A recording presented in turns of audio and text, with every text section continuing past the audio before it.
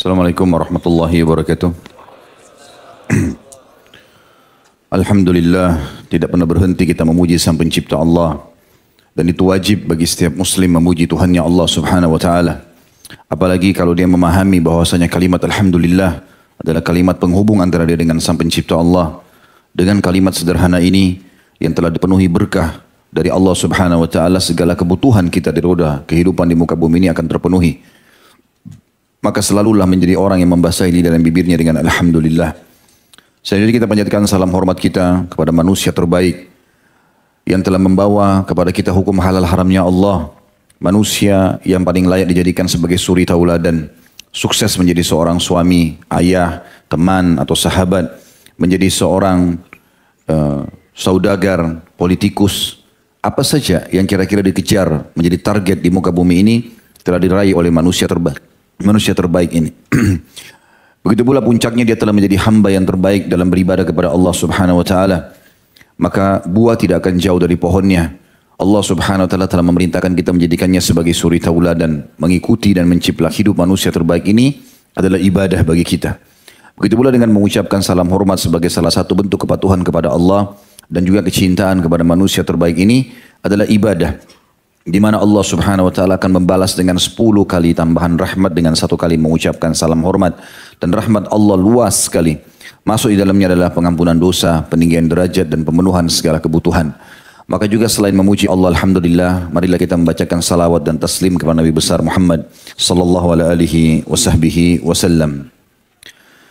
Dengan izin Allah subhanahu wa ta'ala, bahasan tentang manusia-manusia terbaik setelah para nabi, yaitu sahabat-sahabat Rasulullah SAW, sudah berjalan sekitar 40 orang yang dibahas. Dan kisah demi kisah telah memberikan pelajaran baru bagi kita. Orang-orang yang telah mendahului kita dan telah meninggal dalam keadaan Islam. Dan mereka adalah orang-orang yang paling layak menjadi suri tauladan. Para sahabat Nabi ini manusia biasa seperti kita. Kalau Nabi-Nabi memiliki kedudukan khusus, maka orang yang paling dekat dengan kita adalah para sahabat Nabi. Dan banyak sekali ragam kehidupan mereka dengan hikmah Allah subhanahu wa ta'ala. Ada figur seperti Abu Bakar, Ali bin Abi Talib, Khadijah, radhiyallahu anhum majma'in, Zaid bin Harithah.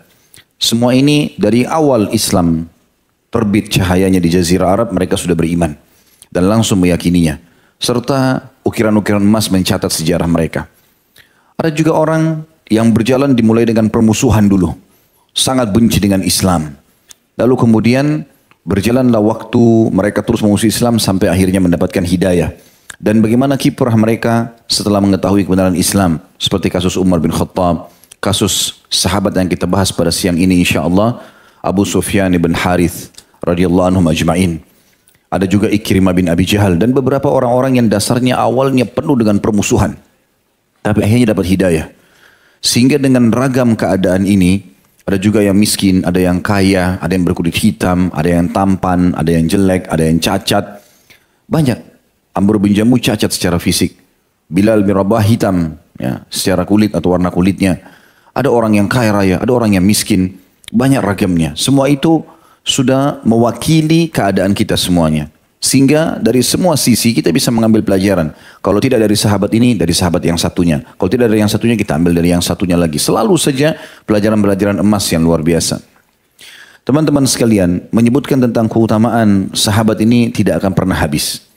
Dan Abdullah bin Mas'ud radhiyallahu anhu mengingatkan kepada kita, siapa yang ingin mengambil pelajaran, sehingga dia punya panduan hidup, dia mengerti bagaimana melalui kehidupan ini sampai meninggal dan akhirnya di akhirat masuk surga, maka dia seharusnya mencontohi para sahabat Nabi ridwanullahi alaihim. Karena mereka adalah orang-orang yang sudah hidup mendampingi Nabi SAW.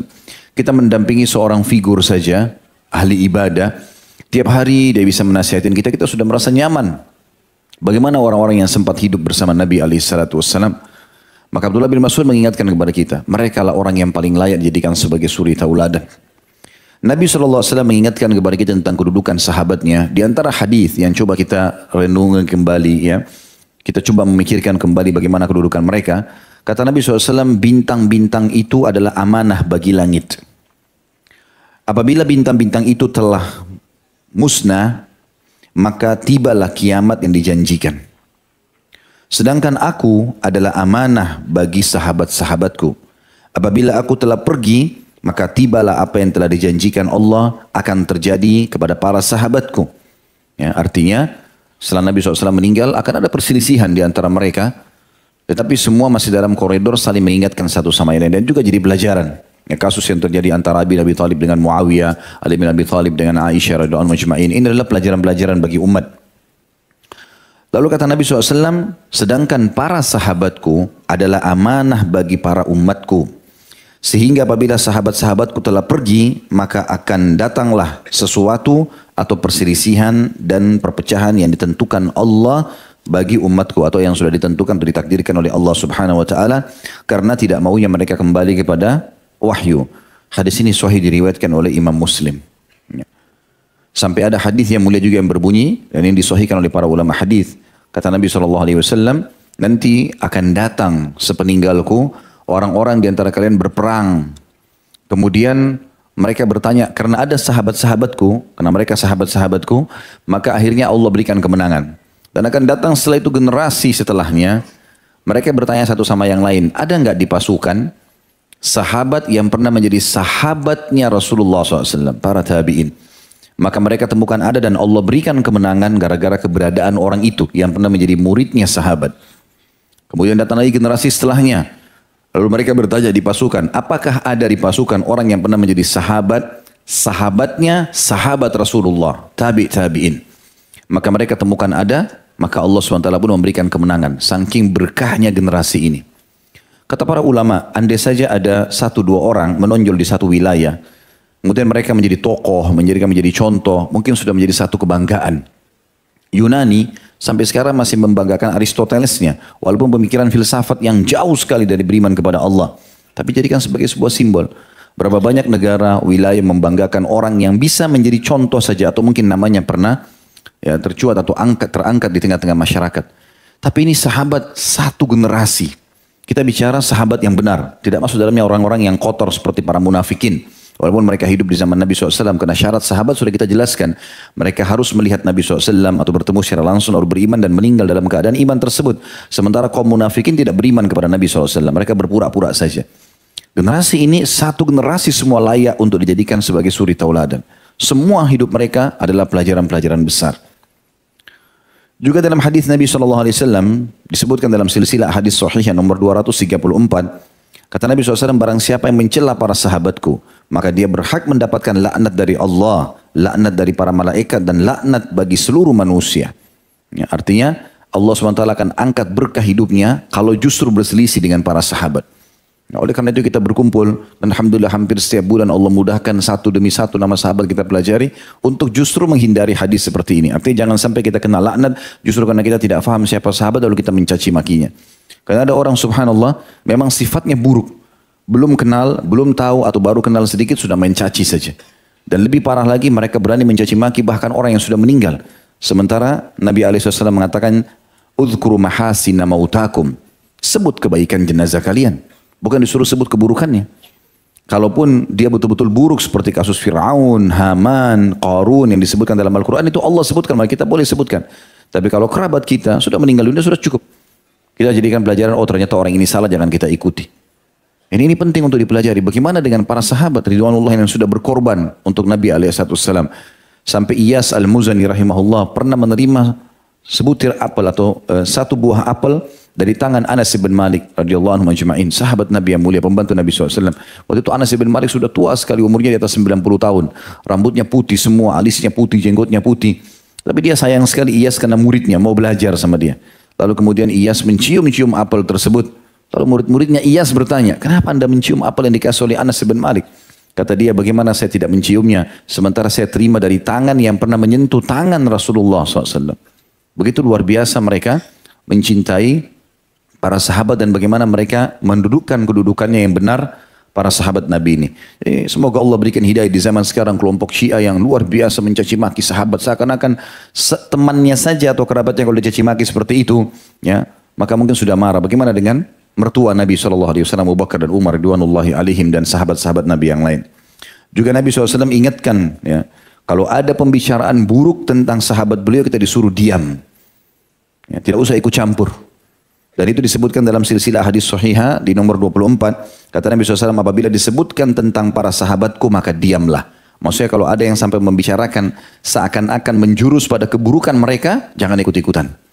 Dan ini juga sudah disampaikan oleh Imam Syafi'i rahimahullah. Kalau antum masih ingat pernah saya ulangi ini, saya pernah sampaikan dan saya ulangi sekarang, yang pada saat beliau lagi berada di masjid dan kemudian beliau mau pulang setelah mengajar, ada muridnya yang datang bertanya, mengatakan, wahai imam, ya, kalau imam kita kiai, guru, wahai imam, bagaimana pendapat anda tentang apa yang terjadi antara Muawiyah sama Ali? Antara Ali sama Aisyah. Dia ingin menarik sebuah informasi baru dia mau sebar luaskan. Ada orang biasa seperti itu. Sengaja bertanya di majelis, kemudian tujuannya untuk memegang pendapat tersebut lalu menjatuhkan orang yang telah menyampaikan, atau sengaja ingin mencari ketenaran dengan cara seperti itu. Karena tidak mungkin bagi orang-orang yang busuk hatinya seperti ini mendapat ketenaran dengan cara yang normal. Maka dia harus mencari orang yang bisa dijadikan sebagai pegangan supaya dia bisa terkenal. Itu banyak terjadi sampai zaman kita sekarang. Imam Syafi'i rahimahullah ulama besar. Sekarang saja namanya sudah luar biasa. Zaman itu juga sudah sangat dikenal. Maka sengaja dia datang mengatakan, bagaimana menurut anda? Dia berharap Imam Syafi'i menyalahkan salah satunya. Maka beliau rahimahullah dengan hikmah yang luar biasa, dengan ilmu yang luas menjawab. Kata beliau, bacalah firman Allah subhanahu wa ta'ala. Allah ulangi 2 kali ayat ini dalam surah Al-Baqarah.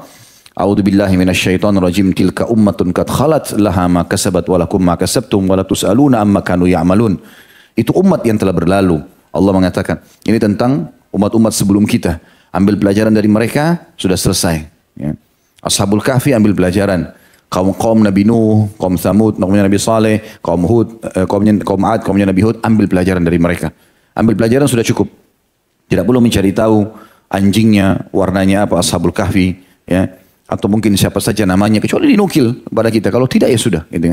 Ambil pelajaran dari mereka. Itu umat-umat telah berlalu. Mereka mendapatkan apa yang mereka dapatkan dan kalian akan mendapatkan apa yang kalian dapatkan, apa yang kalian lakukan. Kalau mereka buruk sudah dihukum sama Allah SWT. Kalau mereka benar mereka sudah dapat pahala. Dan kalian juga akan diminta pertanggungjawaban atas perbuatan kalian. Maka jangan sibukkan diri kalian menanyakan keadaan mereka. Itu firman Allah 2 kali diulangi dalam surah Al-Baqarah. Ya. Kalau saya tidak salah di ayat 134. Ya, itu diulangi lagi 10 atau berapa ayat setelahnya 2 kali diulangi oleh Allah Subhanahu Wa Taala. Jadi kita harus teman-teman sekalian kalau mempelajari para sahabat, kita mengambil pelajaran-pelajaran besar dari mereka. Dan kita selalu tetap mengucapkan seperti yang Allah ucapkan kepada mereka. Radiyallahu anhum wa radu'an. Allah ridho kepada mereka semua. Dan mereka pun ridho kepada Allah subhanahu wa ta'ala. Ulama ahli sunnah wal jamaah sepakat mengatakan semua sahabat itu udul. Mereka semua terpercaya. Ya. Walaupun orang yang baru masuk Islam di antara mereka. Kita akan bicara sekarang sosok seseorang teman-teman sekalian yang merupakan sepupu Nabi alaihi salatu wassalam. Salah satu kerabat beliau, Abu Sufyan ibn Al-Harith radhiyallahu anhu. Dan ini bukan Abu Sufyan ibn Harb. Ya. Harus dibedakan. Abu Sufyan ibn Harb itu yang terkenal sering disebut Abu Sufyan. Ayahnya Muawiyah radhiyallahu anhu ajmain. Dan bukan dia. Kita sedang membahas orang yang lain. Ini adalah Abu Sufyan ibn Al-Harith bin Abdul Muttalib. Al-Harith adalah anak pertamanya Abdul Muttalib. Dan Abdullah ayah Nabi SAW adalah anak terakhir Abdul Muttalib. Jadi ini ayah sama ayah saudara. Ya. Dan ini adalah sepupu Nabi SAW. Dia juga sekaligus sebagai saudara susu Nabi SAW. Selain sepupu. Karena sama-sama disusui oleh Halimah Sa'diyah. Ya. Beliau lahir di tahun 571 Masehi dan wafatnya 636 Masehi. Tepatnya wafatnya di tahun 20 Hijriah. Di zaman khilafahnya Umar. Dan Umar mensolati jenazahnya pada saat meninggal. Dia teman-teman sekalian, saya coba mencari nama istrinya, tapi saya belum menemukan, mungkin sebatas ilmu saya. Tapi saya menemukan cuma nama anaknya. Salah satu anak yang masyhur yang masuk Islam dan dia adalah Ja'far. Bernama Ja'far. Ya. Orang ini, ada satu statement Nabi SAW yang menarik. Dan itu kita sebutkan di flyer kita, judul daripada tablik akbar kita ini. Yaitu, kata Nabi SAW, Abu Sufyan bin Harith min ahli. Arju an yakuna khalafan min Hamzah. Abu Sufyan Ibn Harith adalah bagian dari keluargaku. Aku berharap ia bisa menjadi pengganti Hamzah. Tapi namanya kita membahas biografi, kita akan rentet jauh ke belakang dulu. Teman-teman sekalian, Abu Sufyan ini dari kecil teman main Nabi SAW. Selalu sama-sama. Terus sama-sama sampai remaja. Bahkan sebagian ahli sejarah mengatakan dia menikah bersamaan dengan menikahnya Nabi SAW. Jadi sepadan, umurnya sangat dekat. Dan sangat suka dengan Nabi SAW. Tapi subhanallah, begitu Nabi SAW dirobatkan menjadi Nabi, dia termasuk orang yang paling membangkang. Bahkan kata sebagian ahli sejarah, kalau ada orang yang bisa diukir kejahatannya dalam Islam sebelum Islam, maka tidak akan luput nama Umar bin Khattab dan Abu Sufyan bin Harith. Kalau Umar bin Khattab keluar radhiyallahu anhu untuk membantu orang-orang menyiksa muslimin, tapi akhirnya dapat hidayah radhiyallahu anhu ajma'in. Kemudian Abu Sufyan bin Harith lebih jauh daripada itu, karena dia adalah seorang penyair yang unggul, selalu syair-syairnya sangat bagus, dia bisa menyebutkan syair yang panjang dan isinya kalau hinaan-hinaan semuanya, dan susah untuk dibantah oleh orang-orang. Plus lagi dia penunggang kuda yang mahir, sehingga dia memerangi Islam dengan dua hal yang dia miliki itu. Dengan lisannya yang tajam, dan juga dengan keterampilan kudanya. Banyak sekali syair-syairnya yang menjelek-jelekan Islam. Bahkan pada saat terjadi pengusiran suku Nadhir dari Madinah, itu yang paling menonjol menyebutkan syair menghina Nabi SAW dan Islam adalah Abu Sufyan ini. Hampir setiap hari dia selalu dekat Ka'bah menyebutkan syair-syairnya. Dan syair-syair ini menghina Nabi SAW, menghina Islam. Sampai Nabi SAW sendiri serba salah dengan orang ini. Karena sepupunya, teman mainnya dari kecil. Dan kadang-kadang subhanallah kita temukan begitu. Ada orang yang kita anggap dekat sama kita, ternyata malah mereka jadi jahat. Ya, mereka berubah. Kuasa Allah SWT. Makanya Nabi Muhammad SAW teman-teman selalu membaca doa berulang-ulang. Ya muqallibal qulub tsabbit qalbi ala dinik. Wahai yang membolak-balikkan hati, kokohkanlah hatiku ya di atas agamamu ini. Sampai pernah Nabi SAW ulangi terus doa itu. Aisyah bertanya, ya Rasulullah, kenapa anda baca doa ini terus? Artinya bukan Aisyah memungkiri doa, tapi beliau mengatakan, kenapa anda berdoa begini terus? Sementara anda siapa sudah diampuni dosa anda yang lalu dan akan datang. Maka kata Nabi SAW, wahai Aisyah, siapa yang bisa mendapat jaminan tentang tidak terbolak-balikan hati, sementara hati manusia berada di dua jari-jari dari jari-jari Allah Subhanahu Wa Taala. Bisa saja orang subhanallah tiba-tiba berubah. Itu Nabi saja, apalagi kita, gitu kan? Jangan teman-teman sekalian baru belajar setahun, 2 tahun, 3 tahun agama, terus kemudian tiba-tiba merasa diri hebat, pintar, lalu menyalahkan orang sana sini. Ya. Mungkin antum tidak sadar itu permainan syaitan yang membolak-balikkan hati sehingga meninggalkan agama Allah Subhanahu Wa Taala, membenci orang-orang beriman, menyebarkan aib, melakukan segala macam permasalahan. Ini berbahaya. Ini. Dan ini masuk dalam dosa syubhat. Kalau dosa syahwat, dosa diikuti hawa nafsu seperti zina, bohong, itu masih bisa orang taubat karena dia tahu dirinya salah. Tapi kalau dosa syubhat, ini bahaya sekali. Syubhat, dia pikir dirinya benar padahal salah. Ghibah itu menceritakan aib orang, dosa besar padahal ada padanya. Sampai kata Nabi SAW, ghibah itu adalah engkau menceritakan yang ada pada saudaramu, memang ada padanya. Baik cacat fisik, baik karakter, baik apa saja. Itu nggak boleh dicerita. Kalau tidak ada jadi fitnah, maka itu diharamkan dalam Islam. Tapi banyak orang di majelis ilmu tidak sadar kalau dia sedang berbuat dosa besar itu. Dia pikir dia sedang ada di masjid, dia sudah mulai multazim, sudah mulai ada jenggot, sudah mulai sholat. Ternyata dia terjerumus dalam dosa yang berat. Ya. Saya ingatkan kembali teman-teman, hati-hati. Karena banyak orang begitu berbolak-balik menjadi musuh. Tadinya sahabat dekat hanya karena hawa nafsu syaitan yang masuk kepada dia dan dosa syubhat ini. Kata Nabi SAW, riba 73 tingkatan. Tingkatan yang paling rendahnya seperti orang berzina dengan ibunya sendiri.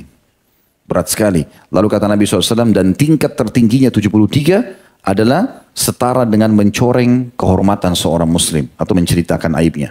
Kalau kita tidak tahu jangan bicara. Kalau kita tahu pun nasihati dia baik-baik. Kemudian kita diam. Imam Ahmad rahimahullah pernah mendatangi seorang muridnya tengah malam. Sudah menjelang subuh. Orang lagi tidur semuanya. Dia datang, dia ketuk pintu, muridnya lalu bertanya, siapa? Malam-malam begini datang. Dia bilang Ibnu Hanbal. Ibnu Hanbal, dia tidak bilang Ahmad, gurumu, enggak. Dia bilang Ibnu Hanbal, guru saya. Dibuka pintu, ada apa guru? Kenapa anda datang? Lalu Imam Ahmad pun menunjukkan isyarat dengan mulutnya. Suruh diam. Jangan ribut. Lalu dia bilang, saya pun pelan-pelan di dekatnya Imam Ahmad nih. Lalu saya persilahkan masuk. Dia jalan pelan-pelan, jingkrak-jingkrakkan kakinya pelan-pelan. Jalan, saya pun ikut pelan-pelan jalan di belakangnya. Tengah malam. Kemudian setelah itu, ini muridnya pikir Imam Ahmad tidak mau bangunkan orang. Gitu. Kemudian dia bilang, saya persilahkan duduk. Imam Ahmad duduk dengan pelan-pelan di kursi itu. Gitu. Saya pun duduk di sebelahnya dengan pelan-pelan. Lalu saya menanyakan, ada apa wahai imam? Saya berbisik-bisik. Kata Imam Ahmad, tadi siang ada sesuatu yang menggelitik hati saya. Perbuatanmu ini ada sesuatu yang mengganggu hati saya. Kata orang itu, apa itu imam? Saya berbuat dosa kah? Kebetulan muridnya Imam Ahmad yang paling terkenal ilmunya orang ini. Orang ini sangat luar biasa. Tiap hari nulis hadis, tiap hari hafal. Sampai Imam Ahmad izinkan dia buka halaqah. Ya, sudah boleh isi pengajian. Maka kata Imam Ahmad, tadi siang saya lewat di majelismu, kau sedang mengajarkan murid-muridmu, kau berada di bawah pohon, murid-muridmu diterik matahari. Maka jangan kau lakukan itu. Kalau mereka panas, kalau kau ternaungi, mereka ternaungi, gitu kan. Maka kata Imam Ahmad, itu saja yang saya mau ingatkan kepada kamu. Lalu Imam Ahmad, kata guru muridnya ini, jazakallah khair. Imam Ahmad keluar dengan pelan-pelan, jingkirkan lalu pergi. Apa kata para ulama? Imam Ahmad melakukan ini karena dia ingin menasehati saudaranya Muslim hanya berdua dan tidak ada yang tahu. Begitu loh caranya, polanya. Bukan ribut sana sini, akhirnya menunjukkan dirinya hebat dan seterusnya, ini bahaya. Ya.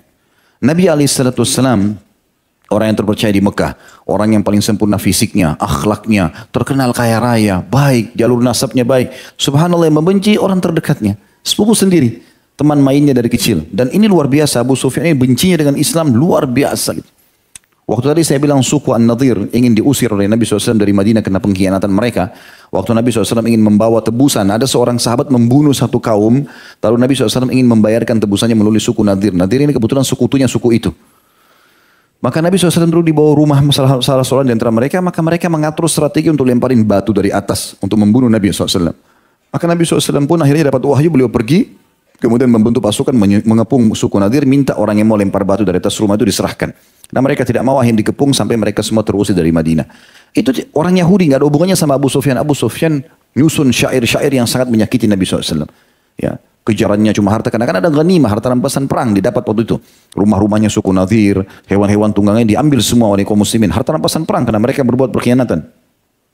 Maka Abu Sufyan nulis syair kalau muslimin, dan engkau hai Muhammad, Nabi SAW disakiti hatinya. Berfikir masalah harta, ingin mengejar ini dan mengejar itu, dijelek-jelekin selalu. Syair-syair. Tentu di syair semua tidak perlu kita bahas, tidak perlu kita baca ya. Tapi ada syair-syair yang disebutkan seperti itu. Dan dan Nabi SAW karena melihat ada Abu Sufyan ibn Harith dan ada banyak sekali penyair-penyair dari orang Quraisy yang berusaha menyerang Nabi SAW dengan syair. Dan zaman dulu syair itu mirip sampai kita sekarang media sosial ya. Jadi mirip sama TV, mirip kayak sekarang YouTube, Instagram, seperti itu. Penyair itu kalau sudah nyebutin satu syair, itu tersebar tiba-tiba. Kayak kita sekarang gitu, tiba-tiba tampil satu informasi sudah menyebar kemana-mana. Ya. Maka penyair ini pada zaman itu seperti media. Makanya Nabi SAW juga menyiapkan penyair beliau. Yaitu Hasan ibn Thabit radhiyallahu anhu.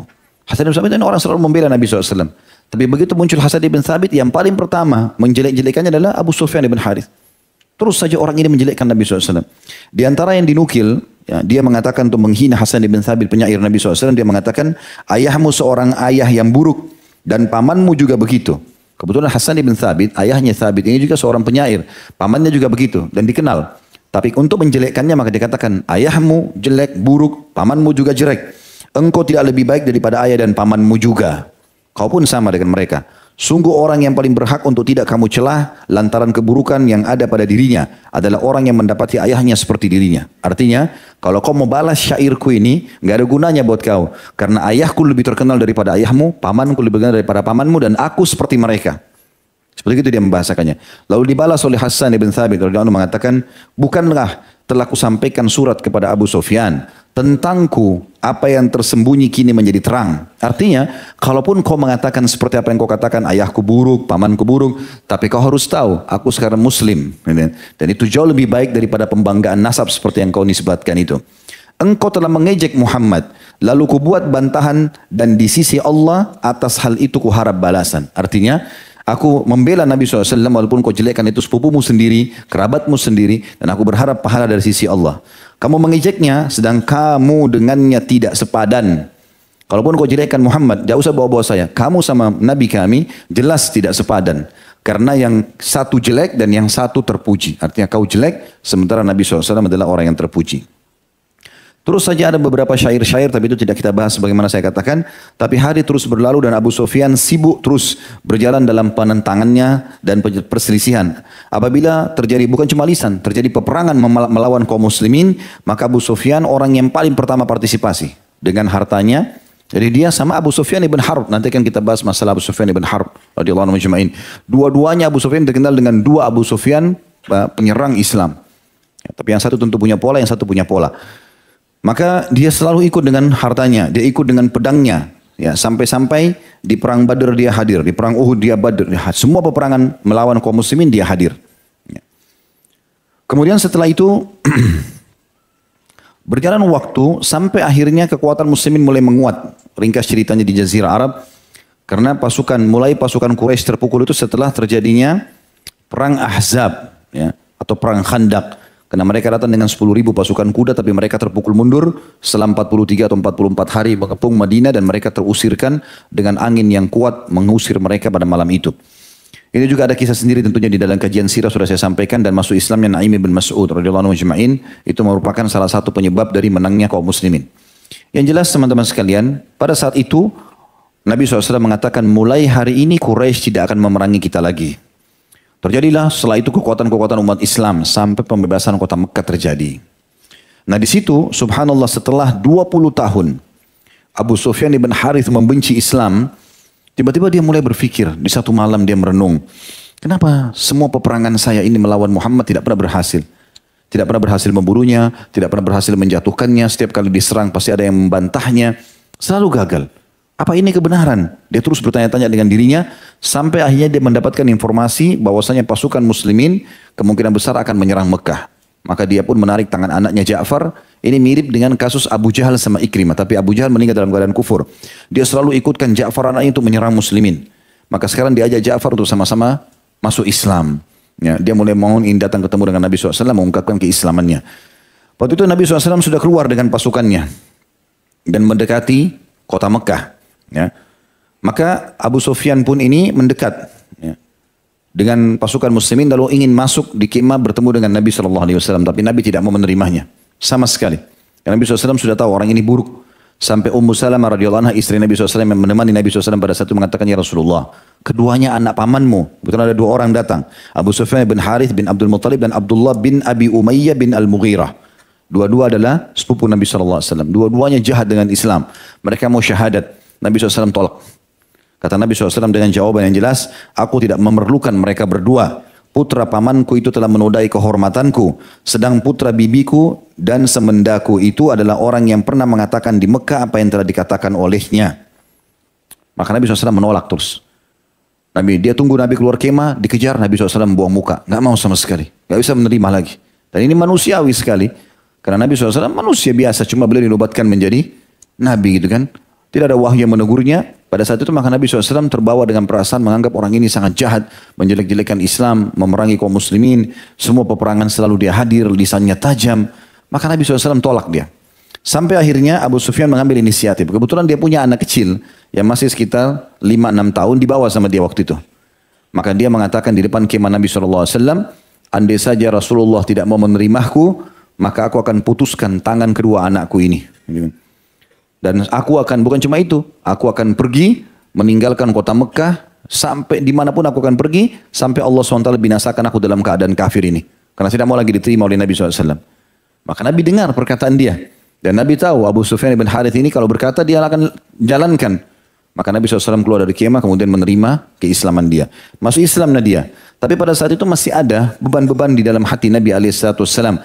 Ini mirip dengan kasus waktu Nabi SAW merasa masih ada beban dengan masuk Islamnya Wahsy, orang yang telah menombak pamannya di perang Uhud, gitu kan?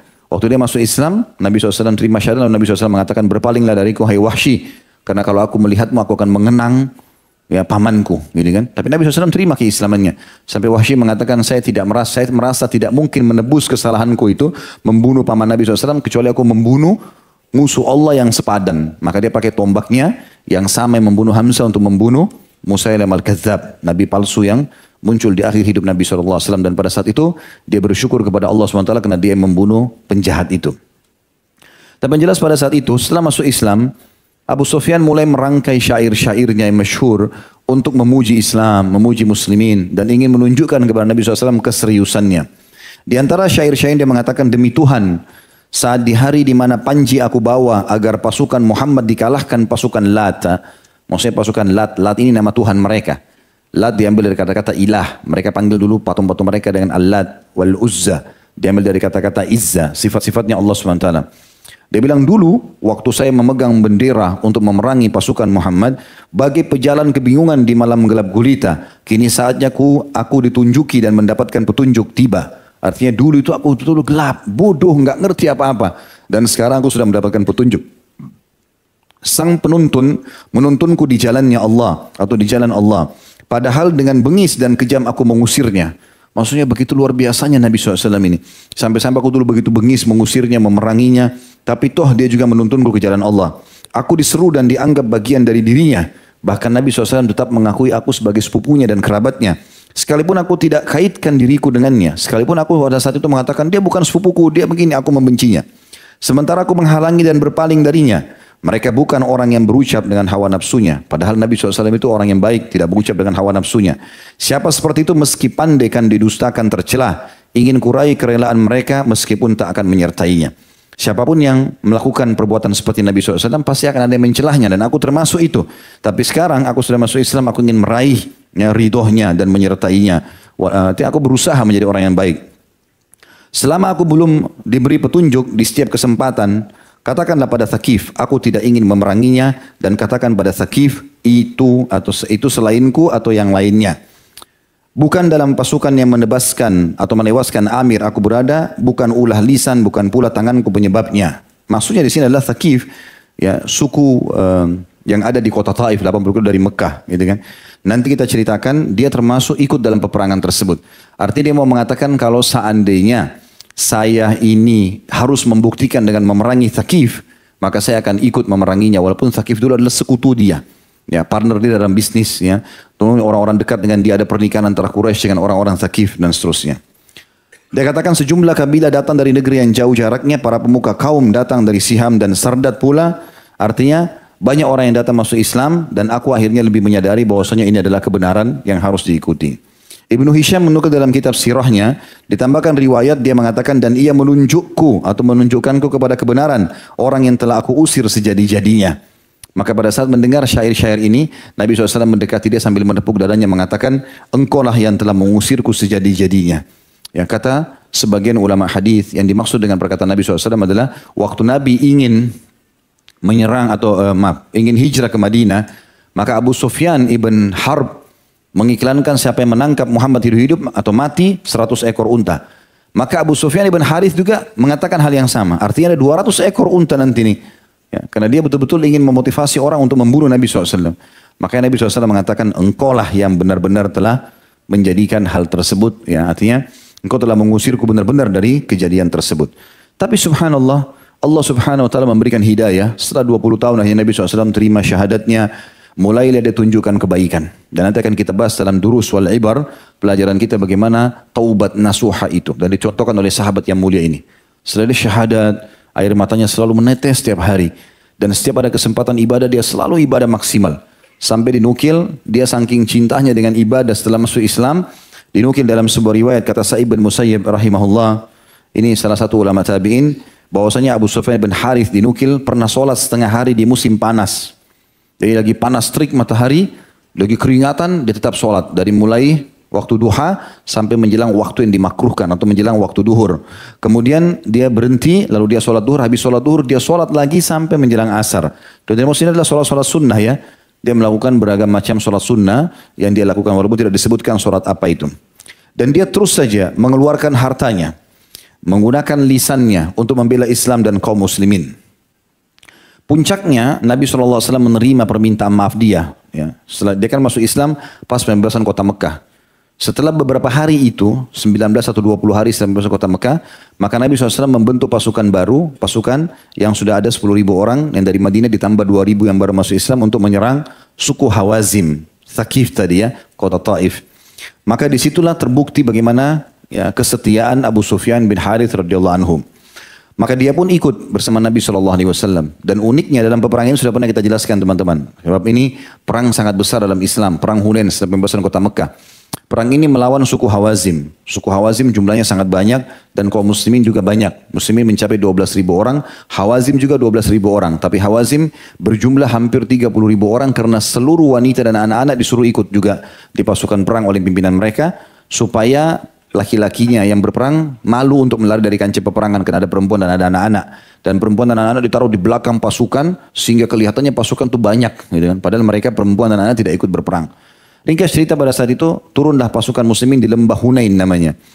Rupanya lembah ini sudah dikepung oleh suku Hawazim. Dan mereka sudah buat parit-parit, lubang-lubang, terus mereka tutup dengan pelapa-pelapa kurma. Di atasnya ditaruh ya tanah-tanah pasir sehingga mereka sembunyi di dalam. Jadi kalau pasukan muslimin lewat bisa ditusuk dari bawah. Begitu juga di lereng-lereng gunung mereka lakukan itu. Nabi SAW menyuruh dari 12.000 pasukan ini, rupanya ada di antara sahabat yang bicara, kita tidak akan mungkin kalah dengan jumlah ini. Jadi sudah pernah kita jelaskan teman-teman, ini masuk dalam bab syamata namanya, menganggap remeh. Ya. Ingat, penganggap remehan ini itu berbahaya sekali. Kapan kita menganggap remeh orang lain, kita akan kena apa yang sedang kita anggap remehkan itu. Walaupun itu adalah orang-orang kafir. Walaupun adalah orang-orang kafir. Makanya doa Nabi SAW, beliau berlindung dari syamatatil a'da. Artinya menganggap remeh musuh. Menganggap remeh musuh.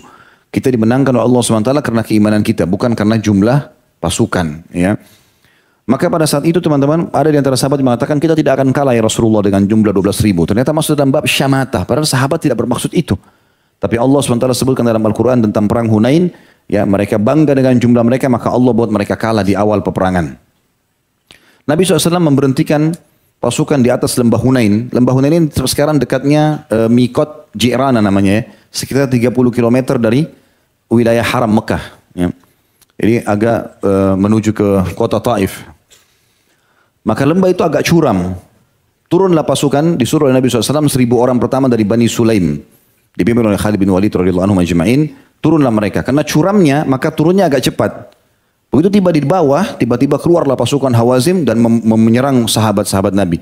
Sampai pada saat itu saking cepatnya serangan mereka, membuat Khalid bin Walid saja yang ahli perang itu kena. Dari kepala sampai kakinya semuanya luka. Gitu kan. Gak bisa buat apa-apa. Bahkan dikira waktu itu Khalid bin Walid sudah meninggal dunia. Suku Sulaim karena turunnya terjal dan mereka semua penunggang kuda, maka banyak yang jatuh, terbunuh, kudanya luka, berusaha kembali naik ke atas. Rupanya Nabi SAW dan pasukan di atas tidak tahu apa yang terjadi karena terjal. Suruh turun lagi pasukan yang lain. Jadi bertabrakanlah satu sama yang lain, unta sama kuda sahabat-sahabat Nabi ini. Maka tersebar berita kalau pembantian terjadi segala macam, mereka kocar-kacir. Terutama yang baru masuk Islam dari 2.000 orang itu.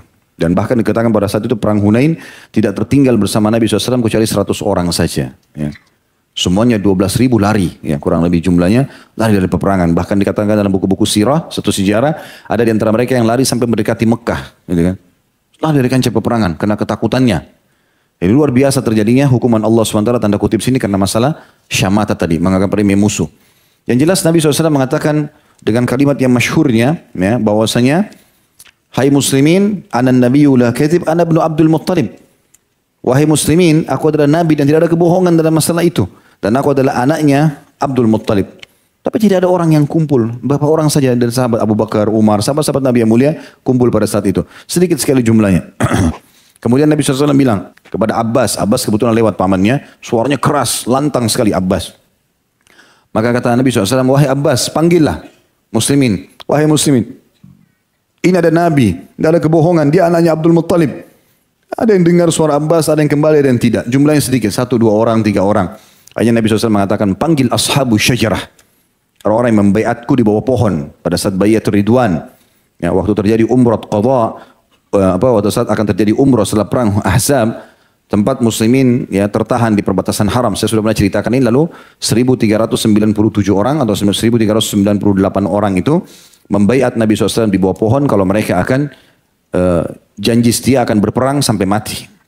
Maka Nabi SAW menjamin bagi mereka surga. Yang jelas waktu itu Nabi SAW bilang kepada Abbas, panggil ashabu syajarah, orang yang membaiat di bawah pohon. Dipanggil oleh Abbas, wahai ashabu syajarah, kumpullah, mana janji setia kalian? Nah pada saat itu yang mendengar kembali, berkumpullah sekitar 100 orang. Tapi teman-teman pada saat itu sebelum berkumpul mereka, ternyata memang ada sahabat-sahabat yang tidak sama sekali memang lari. Tetap di sekeliling Nabi SAW. Di antaranya adalah Abu Sufyan bin Harith ini. Padahal dia baru masuk Islam pada saat itu. Saya akan bacakan riwayatnya. Dikatakan diriwayatkan dari Jabir bin Abdullah radhiyallahu anhu tentang dahsyatnya perang Hunain pada saat itu. Tak kala kami datang di lembah Hunain, kami berjalan menurun ke salah satu lembah dari lembah-lembah yang ada di Tihama yang luas. Tihama maksudnya nama wilayah itu ya. Kami benar-benar jalan menurun dengan deras karena curam.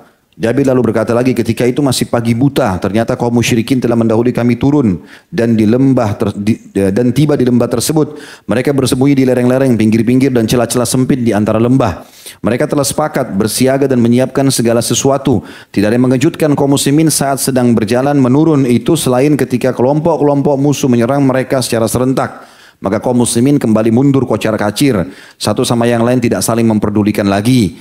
Maka Rasulullah SAW menarik pasukan ke sisi kanan. Kemudian berseru, wahai sekalian manusia, di mana kalian? Datanglah kepadaku. Aku adalah Rasulullah, aku adalah Muhammad bin Abdullah. Akan tetapi tidak membuahkan hasil. Onta-onta saling bertabrakan dan kaum muslimin berlarian. Namun masih ada sejumlah kaum muhajirin dan ansar serta keluarga Rasulullah SAW yang tetap tegar bersama beliau. Di antara mereka adalah Abu Bakar, Umar, Ali, Al-Abbas dan putranya Al-Fadl, Abu Sufyan ibn Harith, ini dia. Kemudian Rabi ibn Harith, Usama bin Zaid dan Aiman bin Ubaid yang akhirnya gugur pada hari itu. Maksudnya Aiman yang gugur pada hari itu. Lalu Abu Sufyan bercerita, bin Harith radhiyallahu anhu, tak kala kami bertemu dengan musuh di Hunain, aku meloncat dari kudaku sementara tanganku menggenggam pedang terhenus.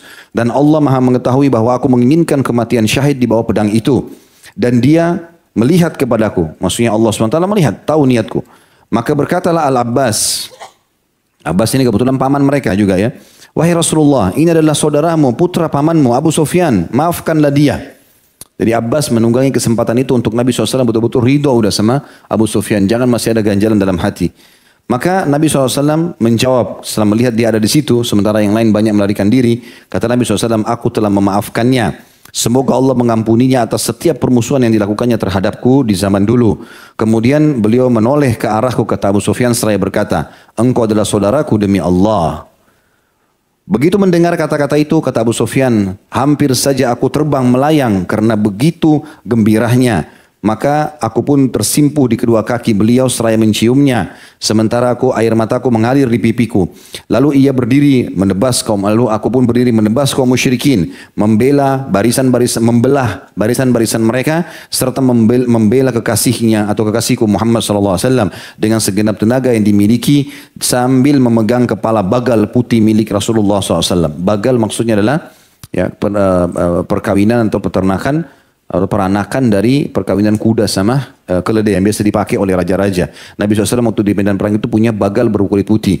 Abu Sufyan ini selain pegang pedang di tangan kanannya melawan musuh, juga memegang tali kekangan bagal Nabi SAW.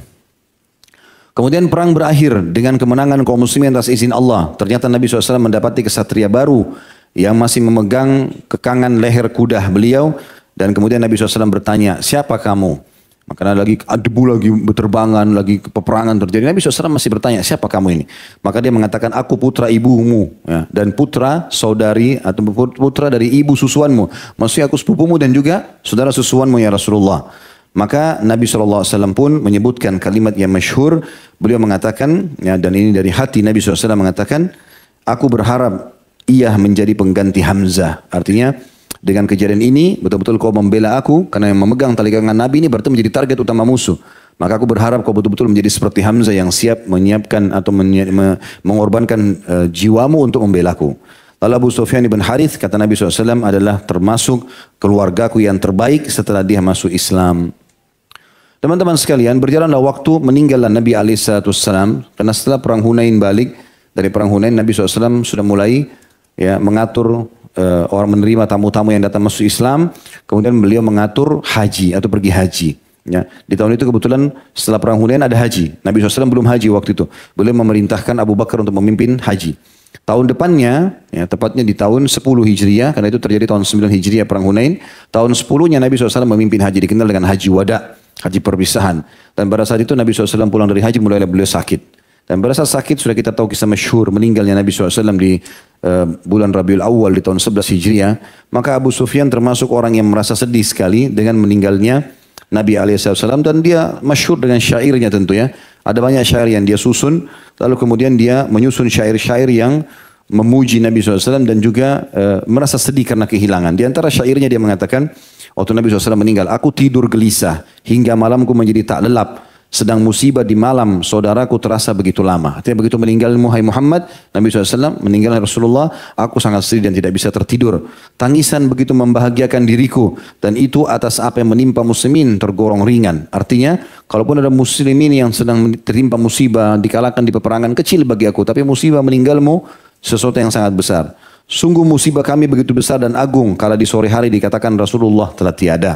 Kami kehilangan wahyu dan turunnya ayat di tengah kami, di mana Jibril biasa datang dan pergi membawanya. Itulah suatu yang paling pantas dan layak membuat jiwa makhluk terbang atau hampir melayang. Artinya dengan datangnya wahyu dari langit itu sesuatu yang sangat membanggakan. Tapi sekarang sudah terputus.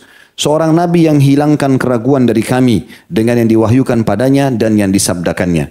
Artinya dengan nabi ini kami hilang semua keraguan tentang Allah sehingga kami beriman dan apapun disabdakan semuanya kami terima dengan baik. Ia menunjuki hingga kami tak takut dilanda kesesatan dan sang Rasul bagi kami adalah petunjuk jalan. Kami tidak melihat di antara orang hidup yang sepertinya dan dari orang yang mati tidak ada yang setara dengannya. Artinya selama kau hidup ya Rasulullah, kau orang yang terbaik secara fisik, secara jalur nasab, secara akhlak, secara ilmu, segala macam. Dan pada saat kau meninggal pun tidak akan ada mungkin yang setara dengan kamu. Wahai Fatimah, dipanggil anak Nabi SAW. Jika engkau gelisah, maka itu adalah wajar. Jika engkau tidak gelisah, maka itu adalah jalan yang benar. Artinya waktu Nabi SAW dikuburkan, Abu Sufyan ada di situ. Kemudian dimasukkanlah jenazah Nabi SAW. Fatimah sempat lewat, lalu Fatimah menangis terisak-isak. Lalu beliau mengatakan, apakah jiwa kalian bisa yang meletakkan debu di atas jasad Nabi SAW? Orang pada nangis semuanya. Maka Abu Sufyan menyebutkan syairin, wahai Fatimah, kalau kau gelisah, wajar. Tapi kalau kau bisa bersabar, itu jalan yang benar. Karena itu ajaran ayahmu.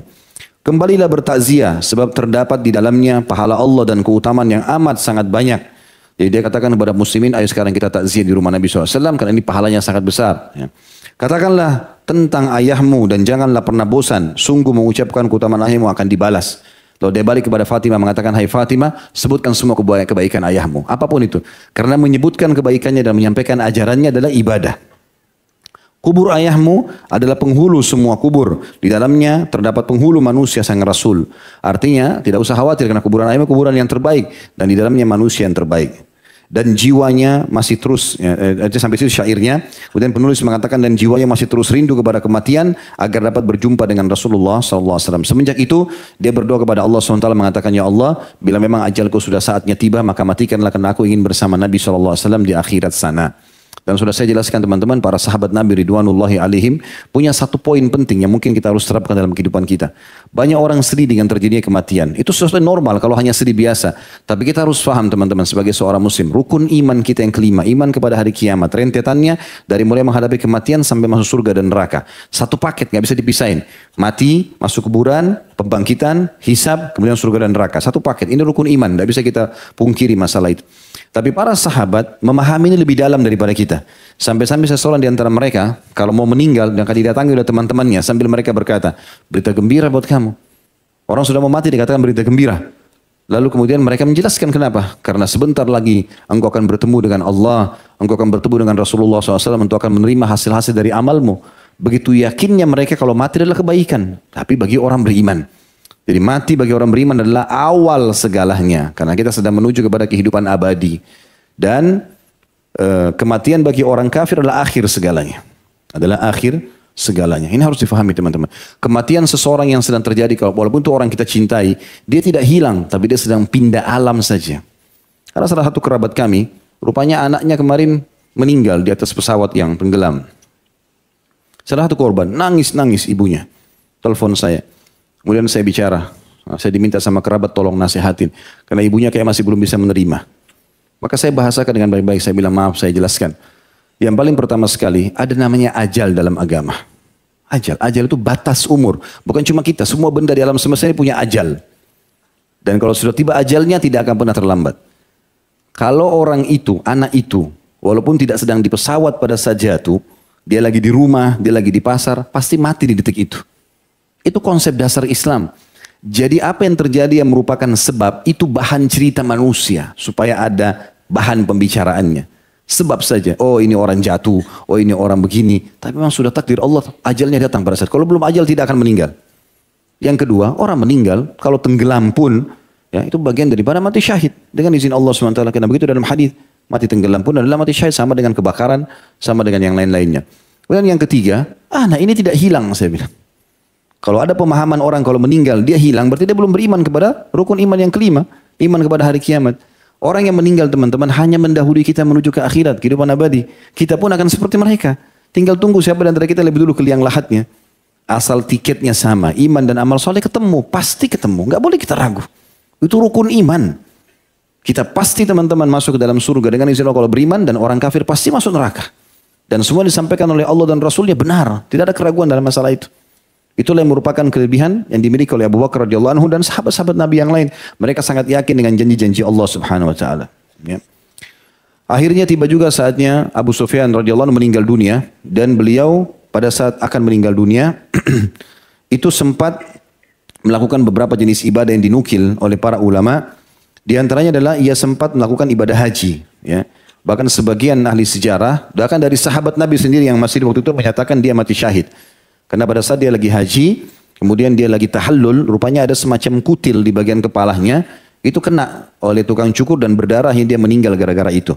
Maka dinukil bahwasanya oleh sebagian ulama dikatakan dalam riwayat-riwayat yang diriwayatkan oleh Hisham bin Urwah dari ayahnya, ia mengatakan Rasulullah SAW bersabda, ya, Abu Sufyan bin Harith adalah pemimpin para pemuda di surga, ya, pemimpin para pemuda penghuni surga. Ya. Maka dari sabda Nabi SAW ini, sebagian ulama hubungkan hadis ini dengan kejadian yang pada saat dia mati. Ada jaminan surga dari Nabi SAW, maka mereka mengatakan ia pergi menunaikan ibadah haji, lalu tukang cukur mencukur rambutnya, sementara di kepalanya ada kutil, lalu ia memotongnya, tukang cukur tersebut, kemudian ia meninggal dunia lantaran hal tersebut. Mereka beranggapan, maksudnya para sahabat Nabi, bahwasanya ia mati syahid. Dan ini disebutkan di footnote nomor 17 di buku kita, semua perawinya thiqat dan bisa dipercaya. Dan ini juga dinukil oleh Ibnu Hajar dalam kitab Al-Isabah di jilid 1 halaman 196, dan Al-Hakim juga meriwayatkan dalam kitab Mustadrak jilid 3 halaman 255, dan juga ini dinyatakan sahih oleh Imam Az-Zahabi rahimahumullah. Akhirnya itu ibadah, dan juga diantara ibadah yang lain adalah sebelum dia meninggal, dan nanti akan kita bahas dalam masalah pelajaran kita tentang adanya firasatul mu'min, firasatnya orang beriman. Dia rupanya sebelum meninggal dunia beberapa hari, dia sudah merasa dia akan meninggal dunia. Maka dia pun menggali liang lahatnya sendiri sambil dia dalam 3 hari mewasiatkan istri dan anak-anaknya, mengatakan, jangan kalian menangisi aku. karena semenjak saya masuk Islam, sudah tidak pernah lagi saya berbuat dosa. Akhirnya dia meninggal, setelah dia mengatakan kemungkinan besar aku akan meninggal berapa hari lagi, maka jangan tangisi aku. Kemudian berapa hari kemudian betul dia meninggal dan dikubur di liang lahat yang sudah dia buat itu. Dan dia meninggal di tahun 20 Hijriah dan disolatkan langsung oleh Umar bin Khattab radhiyallahu anhu majma'in, dan beliau ya dikuburkan di kuburan Baqi. Dan kita sudah tahu kuburan Baqi adalah salah satu kuburan di muka bumi ini yang didoakan oleh Nabi alaihi salatu wassalam, seluruh penghuninya akan mendapatkan pengampunan dosa. Ya. Baik, kita sekarang masuk teman-teman ke manaqibnya atau keutamaannya, keutamaan Abu Sufyan bin Harith radhiyallahu anhu majma'in. Yang pertama, dia adalah seorang sahabat, dan ini sebuah kedudukan yang luar biasa. Ya. Ini sebuah kedudukan tersendiri karena sahabat punya kedudukan tersendiri. Bahkan Nabi SAW memuji para sahabatnya sebagaimana kita jelaskan tadi di awal-awal pertemuan. Yang kedua, dia termasuk dari Quraisy, suku Nabi SAW, dan dia termasuk paman atau sepupu Nabi SAW, anak paman Nabi SAW, dan juga saudara susuan Nabi. Jadi banyak hubungannya dengan Nabi SAW. Selain satu suku, selain punya kerabat, juga saudara susuan. Dan ini sudah cukup untuk memberikan kedudukan dia, apalagi dia sempat masuk Islam. Karena kata Nabi SAW, sebaik-baik kalian adalah orang-orang yang memang baik di jahiliyah lalu masuk Islam. Ya, kalau mereka punya kedudukan di zaman jahiliyah lalu mereka masuk Islam, maka mereka adalah orang sebaik-baik kedudukan. Ini berarti kelebihan. Yang ketiga, dia setelah masuk Islam memperbaiki Islamnya dan dia taubat nasuha. Ya, sampai akhirnya Nabi SAW ridho dengan dia dan memohonkan ampunan untuknya, tepatnya tadi pada saat terjadi perang Hunain. Ya. Dan ini luar biasa karena keridhaan Nabi SAW. Dan dalam beberapa riwayat disebutkan pada saat Nabi SAW mengatakan, siapa ini yang pegang tali kekanganku, dan Nabi SAW kata dia, aku adalah sepupumu ya Rasulullah. Maka Nabi SAW mengatakan, aku telah ridho kepadamu. Maka Abu Sufyan pun menangis terisak-isak sambil berdiri dekat kaki Nabi SAW dan menciumnya, lalu mengatakan, ya, aku sangat bahagia pada hari ini. Yang keempat, Nabi SAW memposisikannya sebagai pengganti Hamzah. Dan kita tahu Hamzah memiliki kedudukan tersendiri radhiyallahu anhu majma'in di sisi Nabi SAW. Dan kata Umar bin Khattab radhiyallahu anhu, kami tidak pernah melihat Nabi SAW menangis terisak-isak lebih dahsyat ya dibandingkan pada saat matinya Hamzah. Ya, sangat sedih, dan Hamzah membela Islam dari awal. Tapi bagaimana kedudukan Abu Sufyan sampai-sampai Nabi posisikan dia seperti Hamzah, dan ini tidak mudah. Ya. Kemudian selanjutnya, yang kelima adalah dia masuk Islam sebelum pembebasan kota Mekah. Sebagian ulama mengatakan dia mendapatkan pahala juga hijrah. Sebagaimana Abbas, paman Nabi, juga masuk Islam di waktu yang sama. Abu Sufyan ibn Harb juga masuk Islam di waktu yang sama.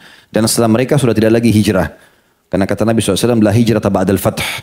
Tidak lagi hijrah dari Mekah ke kota Madinah setelah pembebasan kota Mekah karena sudah menjadi kota Islam. Nah, ini keutamaan sendiri. Dan dalam Al-Quran Allah menjanjikan orang-orang yang hijrah dan berjihad akan dapat pengampunan dosa dan masuk surga.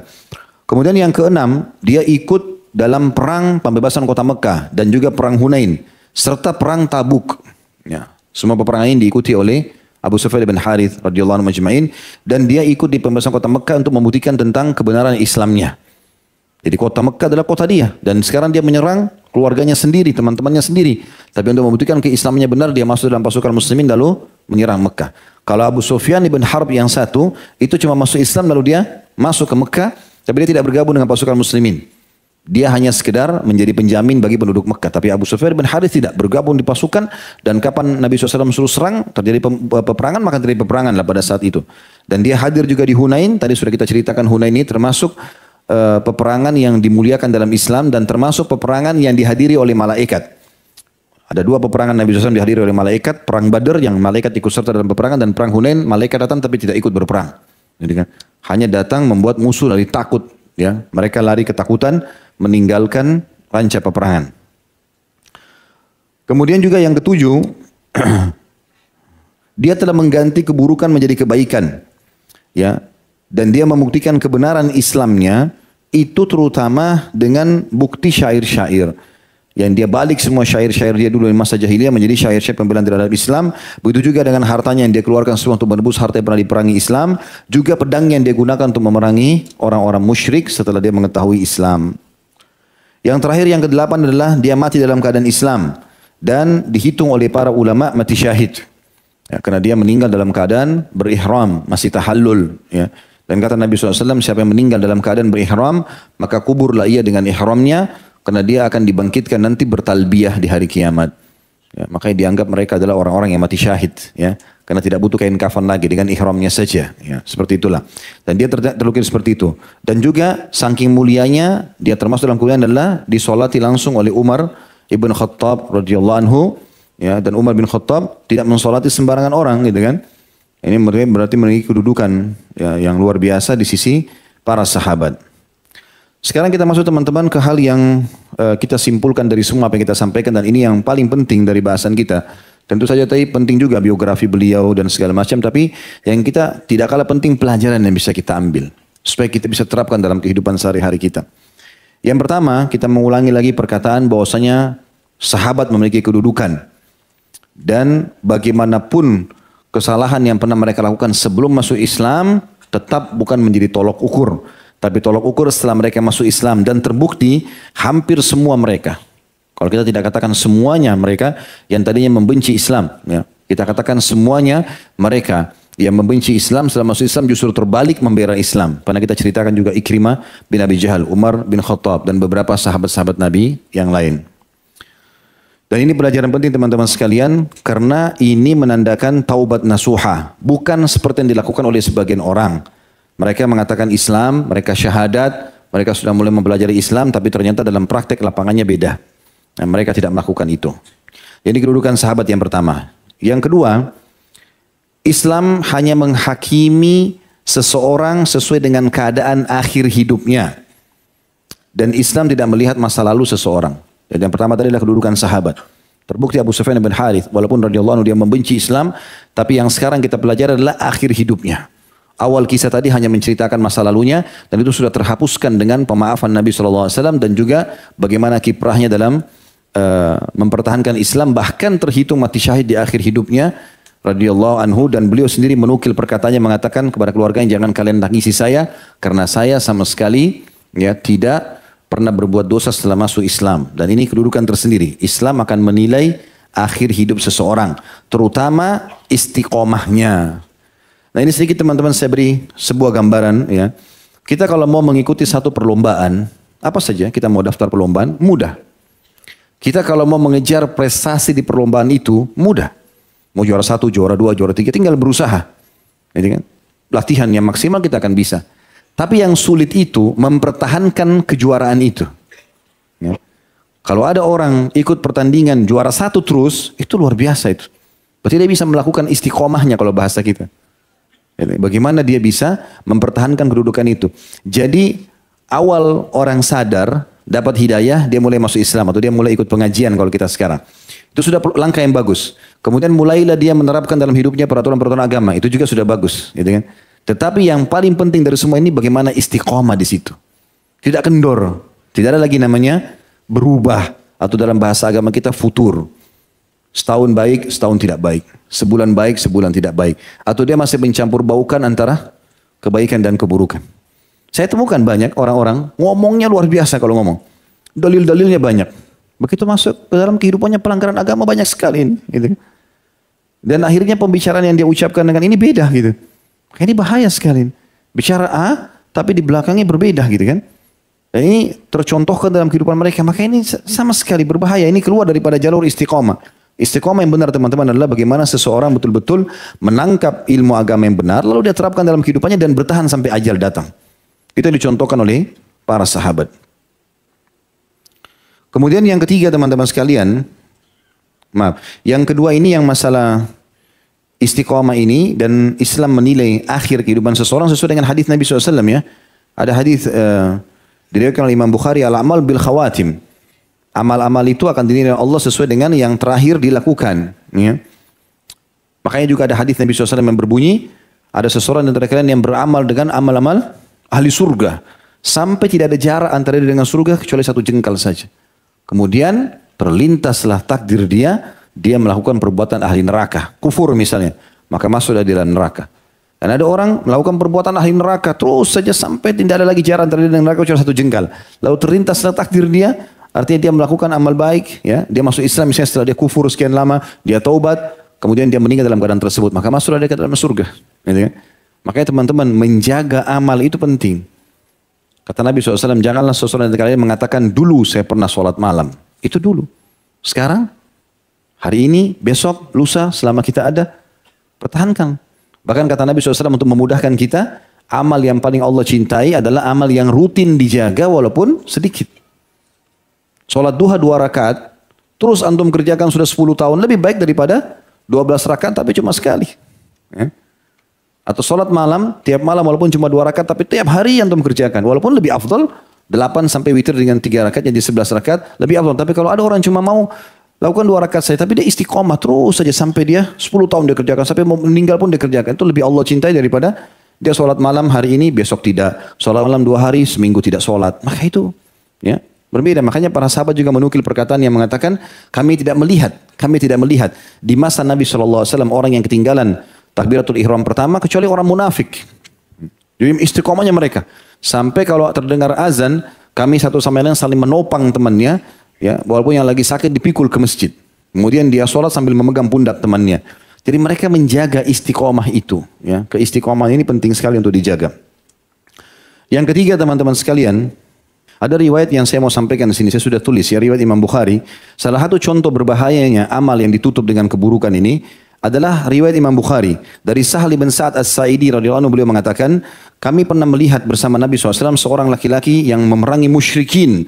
Dan dia sangat luar biasa di hadapan musyrikin. Menebas sana dan menebas sini. Sampai Nabi SAW mengatakan tentang dia. Karena ada sahabat-sahabat yang kagum. Kata Nabi SAW, Man ahabban yandura ila rajuli min ahli nar fal yandur ila hadha. Siapa yang mau lihat penghuni neraka, ini orangnya. Di medan perang. Sahabat bingung, kok bisa Nabi bilang ini ahli neraka? Jelas-jelas dia orangnya memerangi musuh segala macam. Dikatakan, fatabi'ahu rajulun, fatabi'ahu rajul. Maka seorang laki-laki mengikutinya. Falam yazal ala dzalika hatta juriha. Fasta'jala al-maut. Maka terus diikuti sampai akhirnya dia terluka dan akhirnya dia membunuh dirinya sendiri. Faqala bi dhibabati sayfihi fawadha'a baina thaddayhi. Kemudian orang itu pun memegang ujung pedangnya lalu menancapkan di dadahnya. Kemudian tembuslah sampai ke belakangnya. Dikatakan di sini sampai akhirnya kharaja min baini katifaihi, keluar sampai ke punggungnya. Faqala Nabi SAW, innal abda ya la ya'malu fima yara an-nasu min amali ahli jannah wa innahu la min ahli nar. Ketahuilah kata Nabi SAW, setelah sahabat itu tadi ada yang orang itu terbunuh ya. Ya, dalam riwayatnya dikatakan dia bilang waktu dia tusuk badannya, aku berperang untuk kaumku, bukan untuk agama. Jelas Nabi SAW waktu dia jenazahnya sambil mengatakan kepada para sahabat, innal abda ya la ya'malu fima yara an-nasu min amali ahli jannah wa innahu la min ahli nar. Ketahuilah ada banyak orang kelihatannya perbuatannya ahli surga, tapi ternyata dia termasuk ahli neraka. Wa ya'mal fi ma yara an-nasu amala ahli nar wa huwa min ahli jannah. Ada juga orang sebaliknya, dia mungkin dilihat adalah dari perbuatannya penghuni neraka, tapi ternyata dia termasuk penghuni surga. Wa innal a'mala bi khawatimiha. Dan ketahuilah amal-amal itu dinilai dari akhir dia menutup hidupnya. Ya, dan ini termasuk hal yang mendasar yang harus kita hati-hati sekali teman-teman sekalian, karena amal-amal itu harus dijaga dan istiqamah. Dikatakan juga dalam hadis yang lain, kata Nabi SAW, janganlah kalian terkagum dengan amalan seseorang sampai kalian melihat akhir hayatnya.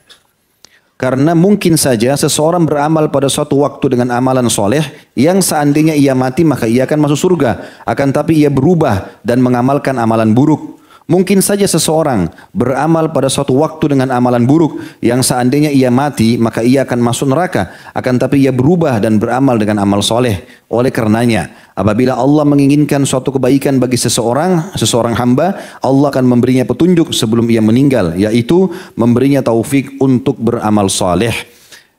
Lalu ia meninggal dunia dengan amal itu. Hadis sahih riwayat Imam Ahmad. Ya, jadi ini artinya kita tidak boleh tergesa-gesa memvonis orang. Ya. Kalau ada perbuatan dia salah, kita nasihatin, kita luruskan. Tapi jangan langsung divonis menjadi ahli neraka. Ya. Karena kita tidak tahu, walaupun orang itu rasanya jahat. Kecuali orang itu jelas-jelas meninggal dalam keadaan kufur, atau kefasikannya banyak, ya sudah. Berlaku padanya hukum-hukum gitu. Kemudian Nabi SAW sering membaca doa tadi saya katakan, ya muqallibal qulub tsabbit qalbi ala dinik. Ini terus Nabi SAW ulangi untuk mengokohkan keistiqomahan beliau dalam agama. Dan ini contoh bagi umatnya. Dan tentu teman-teman sekalian yang perlu digarisbawahi kata sebagian ulama, memulai sesuatu mudah tetapi mempertahankannya adalah target utama. Sebagaimana saya jelaskan tadi poin tersebut ya. Baik, sekarang kita masuk teman-teman ke yang ketiga. Pelajarannya tadi yang pertama kedudukan sahabat. Yang kedua bagaimana Islam memandang akhir hidup seseorang ya, dan pentingnya istiqomah. Yang ketiga keutamaan taubat nasuha dalam Islam. Dan bagaimana seseorang memastikan tanda-tanda taubatnya diterima, berubahnya keadaannya dari buruk menjadi baik. Dan itu harus secara zahir dan batin. Secara zahir dan batin. Yang kelihatan dan juga yang ada dalam hatinya. Ya, bukan setengah-setengah. Ya. Dan ini banyak sekali dalilnya. Bagi teman-teman yang sudah melakukan dosa sebanyak apapun, sebesar apapun, seberat apapun, renungi ini. Firman Allah Subhanahu wa taala dalam surah Az-Zumar, dan ini ayat yang paling mulia. Saya subhanallah setiap membaca ayat ini merasa gembira sekali. Karena hampir semua, bukan cuma hampir semua umat Islam yang melakukan dosa asal mereka sempat taubat, Allah sudah sebutkan. Dalam surah Az-Zumar, surah nomor 39 ayat 53. Allah berfirman, A'udzubillahi minasyaitonirrajim. Qul ya ibadiyalladzina asrafu ala anfusihim la taqnatu min rahmatillah. Innallaha yaghfiru dzunuba jami'a. Innahu huwal ghafurur rahim. Yang artinya, katakanlah hai Muhammad kepada hamba-hambaku, khusus Allah katakan alladzina asrafu ala anfusihim. Orang yang sudah terlanjur melampaui batas. Kata ulama tafsir, tidak ada dosa yang tidak dilakukan. Bahkan kalau perlu sudah keluar dari Islam, lalu dia mau masuk Islam kembali. Asrafu ala anfusihim, melampaui batas. La taqnatu min rahmatillah. Jangan putus asa dari rahmat Allah. Tidak ada kata-kata Allah tidak akan ampuni. Bahkan dalam hadis Bukhari, hati-hati teman-teman. Walaupun kita tahu masa lalu orang, di sebelah kita di pengajian dulu kita tahu masa lalunya, sekarang sudah baik. Jangan pernah menghina dia. Ya, apalagi kita mengatakan kau tidak akan diampuni sama Allah. Saya tahu masa lalumu kok. Nggak boleh itu. Kata Nabi SAW dalam hadis Qudsi, hadis Bukhari, Allah berfirman, ya. Ada seorang hamba ya, yang mengatakan kepada hamba yang lain, Allah tidak akan mengampunimu. Maka Allah marah kepadanya. Allah mengatakan, siapa orang ini berani benar melampaui keputusanku? Maka ketahuilah, aku telah mengampuni orang yang dia katakan tidak diampuni, dan aku sudah hancurkan amalnya orang yang mengatakan itu. Tidak boleh kita vonis orang lain tidak akan diampuni. Sejahat apapun dia. Asal dia mau tobat nasuha, selesai. Gitu kan? Maka ini penting teman-teman sekalian. Dan sesungguhnya Allah mengampuni, ya dikatakan innallaha yaghfiru dzunuba jami'a. Bahasa jami'a dalam bahasa Arab ini tidak terkecuali. Allah mengampuni semua dosa. Kata ulama tafsir, besar, kecil, sengaja, tidak sengaja, samar, nyata, semua bersih. Ya, mau durhaka sama orang tua kah, mau syirik kepada Allah kah, mau berzina sekian puluh kali kah. Yang penting fahami, dosa ada dua macam, ya. Ada dosa yang merupakan haknya Allah dan ada dosa yang merupakan haknya manusia atau makhluk. Kalau haknya Allah dilihat lagi, dibagi dua lagi oleh para ulama.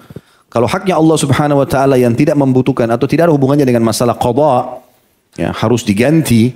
Seperti orang berzina, haknya Allah dia langgar. Dia berzina, Allah haramkan, tidak boleh. Dia berzina lalu dia taubat kepada Allah, sudah selesai. Enggak ada konsekuensi yang lain. Enggak ada konsekuensi. Tapi kalau misalnya dia bertaubat sementara dia pernah tidak keluarin zakat misalnya, atau dia punya utang Ramadan, utang Ramadan ini masih selisih di antara ulama. Kalau dia tinggalkan secara sengaja dengan orang yang ya, atau dia tidak tahu dengan orang yang tahu, beda berbanding hukumnya. Yang jelas kalau ada hubungannya dengan masalah qada, maka dia taubat dan dia mengqadanya, gitu kan? Begitu pula dengan haknya manusia, ada dua macam. Kalau hak itu adalah perusakan citra, kita pernah ghibah, fitnah, gunjing ya, fitnah, mencaci maki, merendahkan, semua masalah ini, maka kita harus memperbaiki citra itu. Harus minta maaf dan perbaiki citranya. Lebih baik malu di dunia daripada malu di akhirat. Karena di akhirat tidak bisa lagi ucapan maaf. Yang ada adalah kasih bayar dengan pahala. Kata Nabi SAW, siapa yang punya masalah dengan saudaranya muslim di dunia, selesaikan di sini, halalkan. Sebelum datang akhirat tidak ada lagi, tidak berlaku lagi dirham dan dinar, nggak ada lagi. Gitu kan? Kata para sahabat, apa di sana ya Rasulullah? Kata Nabi SAW, pahalamu dan dosanya dia. Pahalamu bayar, kalau habis dosanya dia kau ambil. Ini bahaya. Untuk apa kita setengah mati sholat, puasa lalu diambil oleh orang lain? Gara-gara mau campuri urusan orang lain, rumah tangganya, pekerjaannya, fisiknya, apa untungnya buat kita? Gak ada untungnya. Ingat, kaidah hidup syar'i yang jelas. Kata Nabi SAW, min husni islami mar'i tarkuhu ma la ya'ni. Termasuk kesempurnaan Islam seseorang, dia meninggalkan apa yang tidak bermanfaat buat dia. Bukan urusan antum, jangan campurin. Gak usah masuk di situ. Ingat, bertanya juga sama orang, ikhwas sekalian, akhwat sekalian, rahimakumullah. Bertanya, sebelum tanya ke orang, tanya diri sendiri dulu. Pertanyaan ini penting gak buat saya?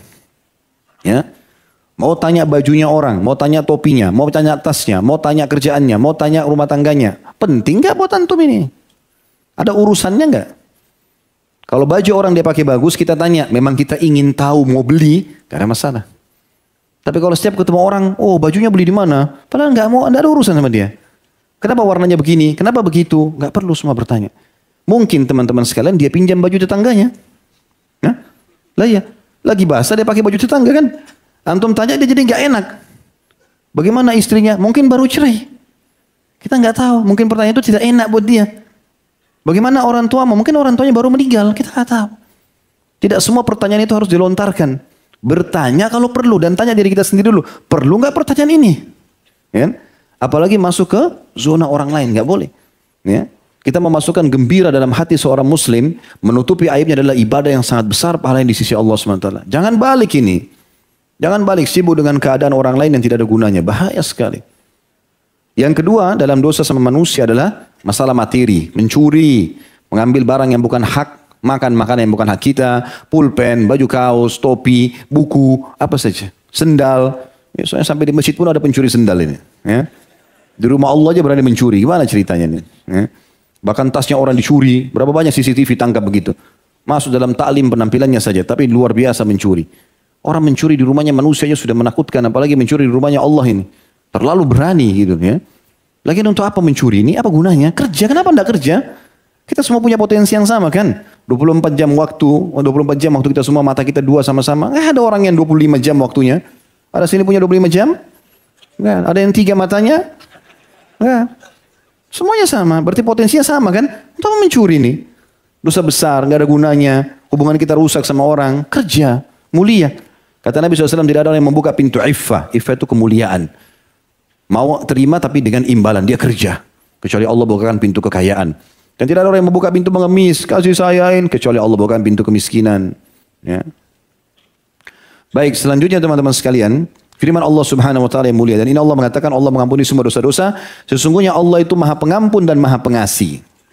Ayat yang lain dalam surah An-Nisa surah nomor 4 ayat 13. Allah Subhanahu wa taala juga berfirman, ayat 110 ya. An-Nisa ayat 110. A'udzu billahi minasyaitonir rajim. Wa may ya'mal su'an aw yadhlim nafsahu tsumma yastaghfirillaha yajidillaha ghafurar rahima. Barang siapa yang mengerjakan keburukan dan mendolimi dirinya. Kata ulama tafsir, maksud mendolimi adalah dosa yang dia lakukan diulang-ulangi sama dia. Terulang-ulang sekian lama. Gitu kan? Kemudian dia beristighfar kepada Allah, dia akan dapatkan Allah Maha Pengampun dan Maha Pengasih. Ayat-ayat mulia sekali. Allah mau kita baik, kita masuk surga. Allah nggak mau kita masuk neraka. Asal mau tobat saja, dan tobat itu indah, ikhwan. Kenapa tidak mau tobat? Hanya fahami teman-teman sekalian, tobat itu adalah betul-betul menyesali kesalahan kita, menyadari itu sebuah kesalahan bukan cuma dari lisan, batinnya pun begitu, kemudian dia meninggalkannya. Dengan serius dia tinggalkan, bukan main-main. Ada banyak ikhwan sudah ikut pengajian, sudah tahu riba haram, tapi masih ada tapinya. Tapi terus ini. Ya.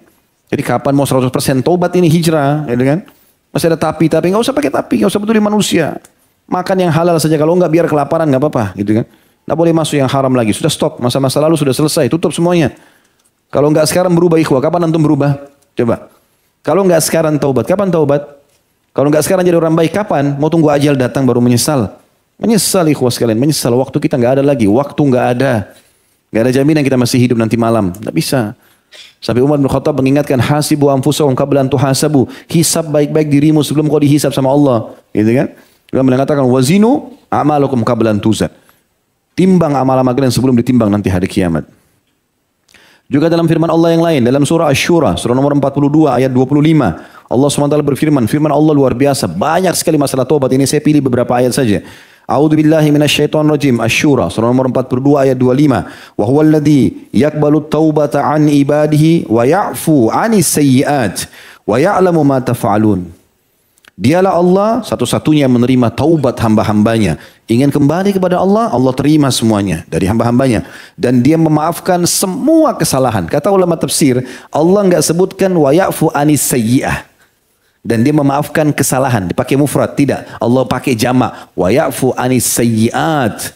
Dan Allah memaafkan semua salah-salah. Sebanyak apapun, kata ulama tafsir. Bahkan dalam banyak hadis disebutkan, Nabi SAW mengatakan, ya, Allah memaafkan dosa walaupun sebanyak buih di lautan. Jadi dosa-dosa itu luar biasa. Ya. Allah maafkan semua. Dan kalau ada yang mengatakan, tapi kan dosa saya banyak. Allah bilang di penutupan ayat, wa ya'lamu ma taf'alun. Allah lebih tahu apa yang kalian kerjakan. Ya. Kenapa dikerjakan? Kenapa terulang? Itu lebih tahu. Ada seorang sahabat teman-teman sekalian berkata kepada baginda Nabi SAW, ya Rasulullah, kalau saya buat dosa, apa yang saya harus lakukan? Kata Nabi SAW, istighfar. Kembali kepada Allah, astagfirullah. Astagfirullah itu seperti penyampaian maaf kepada Allah. Ya, kalau kita lagi salah sama orang, maafin saya ya, itu istighfar. Taubat artinya berjanji sama Allah tidak mengulangi. Kita kayak buat surat pernyataan, saya berjanji tidak akan mengulangi, itu taubat. Gitu kan. Maka sahabatnya mengatakan, ya Rasulullah, kalau saya buat dosa, istighfar kepada Allah. Taubat kepadanya. Kalau saya ulangi ya Rasulullah, satu waktu iman saya lemah, saya ulangi. Kata Nabi SAW, istighfar lagi. Taubatlah kepada Allah. Asal yang pertama kau jujur, selain terjadi lagi ya sudah. Kalau saya ulangi lagi ya Rasulullah. Kata Nabi SAW, ini sebenarnya sahabat itu tidak buat. Kata Nabi SAW, istighfar dan taubatlah. Lalu Nabi SAW mengatakan, Allah tidak akan jenuh sampai kalian jenuh. Kalau kalian sudah jenuh, baru Allah jenuh. Subhanallah. Artinya ini Allah SWT punya sifat yang baik semuanya. Tapi Nabi SAW berikan gambaran kalau Allah SWT terus saja menerima taubat hamba-hambanya. Ini sebuah keutamaan yang sangat luar biasa yang harusnya tidak luput dari kita teman-teman sekalian. Firman Allah yang lain juga disebutkan di dalam surah Maryam. Surah nomor 19 ayat 60 sampai 61. A'udzubillahi minasyaitonir rajim. Dan ini pertengahan ayat ya. Illa man taba wa amana wa amila salihan faulaika yadkhulunal jannata wa la yudlamuna syai'a. Kecuali orang-orang yang taubat. Ini tentang orang meninggalkan sholat ya. Orang meninggalkan sholat orang lain di surah Maryam ini.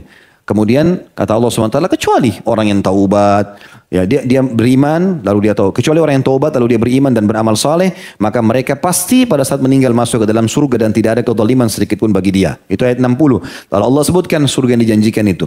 Jannati adnin allati wa'adar rahmanu ibadahu bil ghaib innahu kana wa'duhu ma'tiya. Ketahuilah surga Aden, surga yang penuh dengan keindahan dijanjikan oleh Zat yang Maha Penyayang ya, kepada hamba-hambanya secara gaib. Dan itu janjinya pasti akan datang. Jadi saksi bahasan kita adalah orang yang taubat, beriman dan beramal saleh. Mereka pasti masuk surga.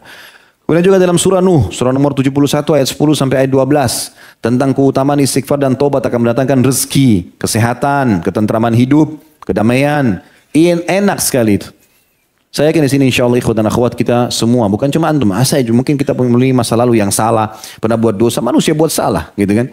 Tapi setelah kita hijrah, kita coba, kita belajar, kita paham, ada kenikmatan. Kalau enggak mungkin untuk mau tunggu 2 jam begini.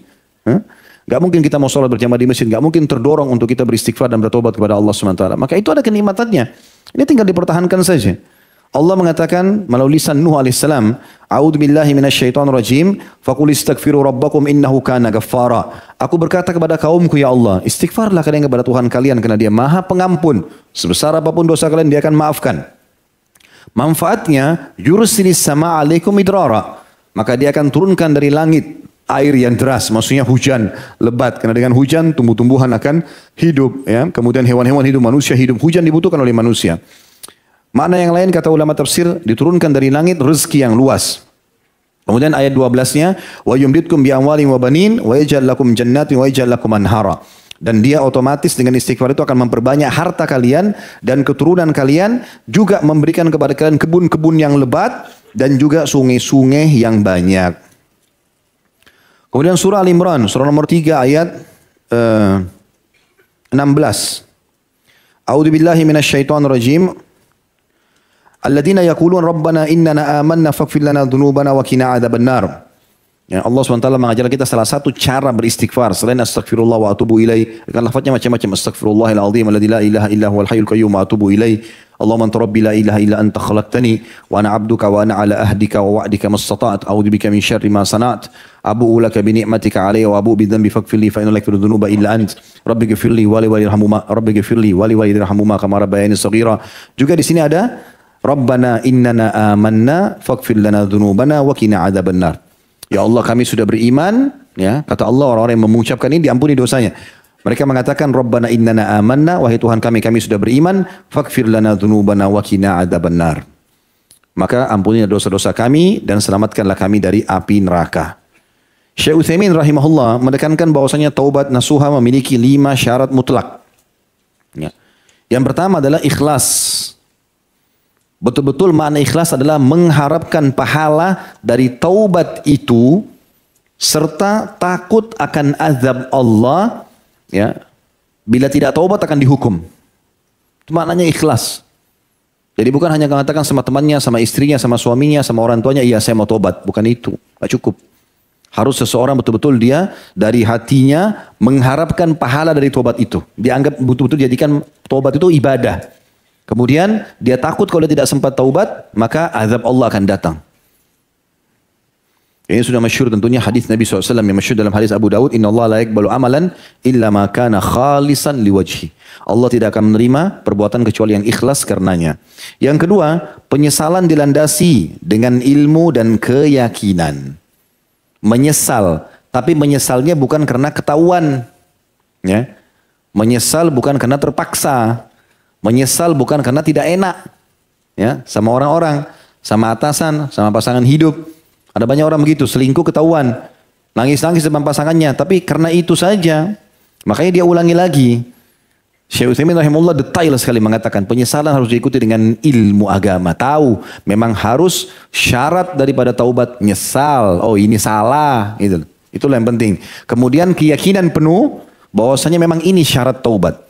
Dan dia yakin dengan dia menyesal maka akan jadi tameng yang kuat untuk mengulangi permasalahan itu. Jadi tidak akan ulangi lagi dosanya. Yang ketiga, meninggalkan dosa itu seketika dengan tulus. Ini kalimat tulus perlu digarisbawahi ini. Jangan meninggalkan dosa karena tidak ada kesempatan. Ya. Kalau ada orang tidak jadi berzina karena tidak ada lagi orang yang bisa diajak berzina, ya, itu bukan taubat namanya, gitu kan? Atau tobat lisan, tapi masih ada yang nyangkut perbuatan dosanya. Ya. Saya tahu ada beberapa orang ikhwah begitu, ngomongnya luar biasa. Begitu ketemu ternyata masih terlilit riba ini. Dan masih buka pintu riba. Kok aneh ini? Dan buka pintu riba ini uniknya bicaranya, iya saya lupa Ustaz. Asyik betul lupa ini. Lupa riba. Bagaimana caranya lupa? Padahal dia dulu tahu itu haram dan ditinggalkan. Tapi bahasa lupa ini gimana caranya? Walaupun saya sebenarnya tidak bertanya awalnya, tapi karena ada penjelasan dari dia, maka saya heran kenapa antum bisa terjerumus lagi nih. Dan jelas-jelas sudah ditinggalkan, gitu kan? Jadi subhanallah ada orang begitu, karena tidak tulus. Meninggalkan itu harus dengan tulus. Meninggalkan lawan jenisnya berzina karena tahu ini haram dalam Islam. Tinggalkan, mau apapun godaannya datang, tidak selesai. Ya. Yang keempat, tekad untuk tidak mengulanginya. Jadi berjanji kepada Allah, antara dia dengan Allah SWT dalam hatinya tidak akan mengulanginya. Ini harus betul-betul tulus dia kepada Allah SWT. Yang kelima, dia bertaubat bukan di masa yang sudah tidak diterima taubat lagi. Seperti misalnya pada saat terbitnya matahari dari barat, ya sudah muncul tanda-tanda hari kiamat besar ya. Tanda-tanda kiamat besar tentu kalau masih keluar Dajjal, masih kabut, masih keluarnya dabah hewan melata, masih ada longsor yang terjadi, masih diterima semua taubat. Tapi kalau sudah terbit matahari dari barat, sudah selesai. Kata Nabi SAW dalam hadis sahih, ya, riwayat Bukhari Muslim, taubat diterima selama matahari belum terbit dari barat. Ya.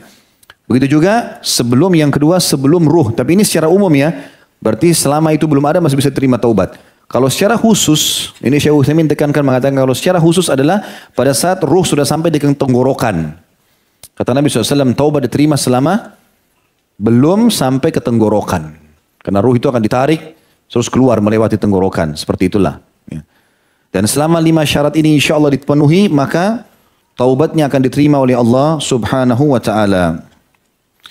Allah Subhanahu wa Ta'ala menyebutkan juga dalam surah Al-Imran, surah nomor 3, 135. Ini kita tutup dalilnya dengan ini ya, dalam masalah taubat. Yang bunyinya, A'udzubillahi minasyaitonir rajim, walladzina idza fa'alu fahishatan aw zalamu anfusahum dzakarullaha fastaghfaru lidzunubihim wa may yaghfiru dzunuba illallah wa lam yusirru ala ma fa'alu hum ya'lamun. Tadabburi ayat ini teman-teman, artinya kata Allah, dan orang-orang yang apabila terjerumus dalam fahisha. Artinya kata ulama tafsir, dia sudah mulai ada niat mau buat dosa itu. Kata sebagian ulama, sudah mulai menyentuh dosa itu. Sudah mulai lagi mau berzina, sudah mulai lagi mau berbohong, sudah mulai lagi mau riba. Sudah mau kembali, kata Allah. Dan mereka-mereka yang kalau melakukan, baik sudah mau terjerumus atau sedang terjerumus dalam dosa itu. Ataupun zalamu anfusahum, menzalimi diri mereka. Sudah taubat kembali lagi, taubat kembali lagi. Zakarullah, mereka tiba-tiba ingat Allah. Kata ulama tafsir, Allah ingatkan dalam diri mereka tentang Allah. Takut nih dosa nih. Apa yang terjadi? Fastaghfaru lidzunubihim. Lalu mereka beristighfar terhadap dosa mereka. Kata ulama tafsir, langsung dia tinggalkan lawan jenisnya, kebohongannya, ribanya. Langsung istighfar kepada Allah dan meninggalkan. Lalu Allah mengatakan, wa may yaghfiru dzunuba illallah. Kalau begitu keadaannya, maka tidak ada yang tidak Allah ampuni dosanya. Walam yusirru ala ma fa'aluhum ya'lamun. Lalu setelah itu mereka tidak lagi melakukan atau ingin melakukan dosa-dosa itu. Kita lanjut lagi teman-teman sekalian ke yang keempat. Tentang masalah keselamatan itu, ini ibrah dan pelajaran yang keempat. Yang pertama tadi kedudukan sahabat, yang kedua Islam melihat akhir amal seseorang dan bagaimana istiqomah itu dalam Islam. Yang ketiga keutamaan taubat nasuha dalam Islam dan bagaimana seorang mengganti keburukan menjadi kebaikan. Dan ini kita ambil pelajaran dari Abu Sufyan radhiyallahu anhu, beliau mengganti keburukannya dengan kebaikan. Ini juga sudah pernah saya berikan masukan ya. Kalau antum pernah mentraktir teman-teman di masa jahiliyah ke karaoke, ke diskotik, berzina, minta kepada Allah petunjuk. Kalau bisa teringat dulu kita pernah keluarkan biaya berapa, sedekahkan sekarang untuk menutupi kesalahan itu. Kemudian yang keempat, keselamatan itu ada dalam mengikuti Nabi SAW. Tidak ada keselamatan di muka bumi ini, seseorang akan selamat, bahagia, tentram, ya, menjadi sukses kecuali mengikuti Nabi SAW. Mengikuti Nabi SAW itu menjadi penyebab datangnya cintanya Allah, keselamatan, kebahagiaan, punya panduan hidup. Ya. Allah SWT menyebutkan, sudah memerintahkan Nabi SAW untuk menyebutkan di dalam Al-Quran. Allah kekalkan. A'udzu billahi minasyaitonir rajim. Qul in kuntum tuhibbunallaha fattabi'uni yuhibbukumullah yaghfir lakum dzunubakum. Katakanlah hai Muhammad kepada mereka hamba-hamba atau umatmu ini, ya, kalau kalian betul mencintai Allah, maka ikutilah aku, maka Allah akan cintai kalian dan mengampuni dosa-dosa kalian. Dan sekian banyak sekali ya dalil-dalil yang berhubungan dengan mengikuti Nabi SAW ini. Banyak sekali ayat, dan itu hak Nabi SAW untuk kita ikuti. Dan juga Nabi SAW sendiri menyebutkan, tidak akan beriman seorang dari kalian sampai dia menjadikan hawa nafsunya mengikuti apa yang aku bawa. Gitu kan? Beliau juga mengatakan SAW dalam hadis sahih, ya, tidak akan beriman seorang dari kalian sampai dia menjadikan aku lebih dicintai daripada dirinya, keluarganya dan hartanya. Sampai Umar bin Khattab radhiyallahu anhu waktu dengar ini, berjalan bersama Nabi SAW. Dua keledai lagi jalan, Nabi SAW dan Umar bin Khattab radhiyallahu anhu. Lalu Umar mengatakan, ya Rasulullah, setelah dengar hadis ini, saya mencintai anda dari segala hal kecuali diri saya. Harta siap saya kasih, keluarga saya tinggalkan kalau anda perintahkan, kecuali diri saya. Masih ada berat. Kata Nabi SAW, tidak bisa hai Umar. Kalau kau mau beriman benar, sampai dirimu sendiri. Walaupun kau tidak suka, kalau aku perintahkan, kerjakan. Walaupun kau suka, kalau aku larang, tinggalkan. Maka kata Umar, dia tunduk sejenak, lalu diangkat kepala mengatakan, Al-ana ya Rasulullah. Sekarang wahai Rasulullah. Kata Nabi SAW, Al-ana ya Umar. Sekarang hai Umar. Ya betul-betul memang harus Rasulullah SAW di atas segalanya. Walaupun orang tidak suka kita satu dunia, kalau Nabi SAW suruh kita lakukan. Walaupun satu dunia suka, tapi Nabi SAW larang, kita tinggalkan. Semua yang Nabi SAW suka, teman-teman sekalian perintahkan berjenggot, lakukan karena Nabi SAW. Sholat tepat waktu, iya. Semuanya kena mengikuti Nabi SAW. Ini kebahagiaan, ketentraman, dan ini yang diperintahkan dalam agama. Sampai ulama mensyaratkan diterimanya amal dengan dua syarat. Ikhlas kepada Allah dan mutaba'at Nabi SAW. Mengikuti Nabi SAW. Jangan berbuat apapun kecuali yang diajarkan Nabi SAW. Dan jangan tinggalkan kecuali apa yang dilarang oleh Nabi SAW. Yang kelima, bolehnya menyebutkan syair dalam Islam. Ya. Asal syair-syair itu bagus dan bermanfaat. Nabi SAW dalam surah Asy-Syu'ara disebutkan, tidak dibolehkan oleh Allah SWT untuk menyebutkan syair, gitu kan? Tapi itu khusus untuk Nabi SAW. Agar tidak bercampur baur antara syair dengan ayat-ayat Al-Quran, sabda-sabda Nabi SAW, gitu kan? Tapi Nabi SAW membolehkan para sahabat, dan Allah SWT membolehkan itu. Maka Nabi SAW biarkan Hasan ibn Thabit membalas tadi Abu Sufyan ibn Harith. Kemudian Abu Sufyan ibn Harith radhiyallahu anhu majma'in pada saat masuk Islam membela Nabi SAW. Dan banyak penyair-penyair dari kalangan sahabat yang menyebutkan itu. Bahkan di perang Khandak, para sahabat melantunkan syair-syair. Ya. Mereka mengatakan, Allahumma la isya illa isyatal akhirah, Allah maghfir lil muhajirin wal ansar. Ya Allah, tidak ada kehidupan kecuali kehidupan akhirat, dan ya Allah ampunilah muhajirin dan ansar. Dan hampir seluruh sahabat 1000 orang di Khandak melantunkan syair tersebut. Dan Nabi SAW membolehkan itu untuk memberikan semangat kepada mereka, gitu kan? Dan hampir semua dalam histori jihad, medan jihad dari sahabat, dari tabi'in. Dari zaman Nabi SAW, sahabat, tabi'in, tabi'in, mereka biasanya memanggil atau mengajak para orang-orang qurra, pembaca Al-Quran yang suaranya bagus, para orang-orang yang memberi motivasi yang bagus, dan para penyair untuk memotivasi pasukan agar mau mempertahankan agama Allah. Kemudian yang keenam, ya, yang bisa diambil pelajaran juga adalah kedudukan kerabat Nabi SAW. Ya, karena di sini adalah kerabat Nabi SAW. Selama mereka beriman kepada Allah SWT, mereka punya kedudukan. Nabi SAW mengingatkan, ithrati, keluargaku, keturunanku. Nabi SAW mengingatkan itu. Selama mereka dalam keadaan benar, maka mereka didukung. Tentu kalau mereka dalam keadaan salah, diingatkan. Kalau dalam keadaan kufur, tentunya juga ditinggalkan. Seperti terjadi ya Abu Lahab, paman Nabi SAW. Di antara paman Nabi kan ada yang meninggal dalam keadaan kufur. Abu Lahab dan Abu Talib. Pada saat Nabi SAW itu jadi Nabi, jadi ada 4 paman Nabi yang hidup. 2 masuk Islam, 2 kafir. Abu Lahab sama Abu Talib meninggal dalam keadaan kufur, sementara Hamzah dan Abbas meninggal dalam keadaan Islam. Radhiyallahu anhum ajma'in. Itulah. Jadi kerabat-kerabat Nabi SAW punya kedudukan dalam Islam. Bagaimana kita membacakan salawat kepada mereka pada saat kita sedang tahiyat. Allahumma salli ala Muhammadin wa ala ali Muhammad. Kita berikan salam kepada mereka. Dan ahli sunnah wal jamaah, orang yang paling menghormati keluarga Nabi SAW. Tapi pada porsi dan tempat yang tepat. Pada saat mereka benar didukung, pada saat salah diingatkan. Gitu kan? Tapi mereka punya kedudukan di mata kaum muslimin. Ya, sebagaimana Nabi SAW sebutkan tentang Abu Sufyan radhiyallahu anhu, dia adalah bagian dari salah satu dari keluargaku yang terbaik. Kemudian selanjutnya yang ketujuh adalah adanya atau dibolehkan dalam Islam susuan, saudara susuan. Ini tentu saya tidak akan jelaskan panjang lebar lagi dari dalilnya karena cukup panjang lebar saya jelaskan dulu ya pada saat menjelaskan sahabat Nabi Salim Maula Abi Hudzaifah. Kalau antum kembali ke YouTube itu sudah ada insya Allah Salim Maula Abi Hudzaifah. Saya jelaskan banyak dari dalilnya, hukum-hukum syar'i, pendapat ulama berhubungan dengan masalah itu ya. Tapi yang jelas susuan ini kata Nabi SAW terjadi atau terjalin dalam susuan ini apa yang terjalin pada nasab. Ya. Jadi misalnya saya disusui oleh ibu tetangga dan ibu tetangga itu punya anak 3 perempuan, maka selama saya sudah minum dan saya kenyang, maka saya menjadi anak susuan ibu itu dan saya juga menjadi saudara susuan dari 3 orang perempuan tadi. Tidak boleh saya menikah. Mereka seperti saudari saya. Ya, kena susuan tadi. Nah, tapi ini tidak berlaku sebaliknya. Kalau saya punya saudara laki-laki 3, tidak berlaku bagi anak-anak ibu itu. Makanya saya sarankan, sekarang kan ada istilah donor ASI. Ya. Jadi bukan cuma donor darah, tapi ada donor ASI. Orang ibu-ibu yang punya Masya Allah ASI yang banyak, maka mereka bisa sumbangkan. Nah ini harus ditulis jelas. Dari ibu siapa. Ya, karena anak yang sudah minum jadi anak dia. Gitu kan. Ini jadi masalah, harus hati-hati. Dan kalau sudah menjadi saudara susuan terjadi seperti mahram.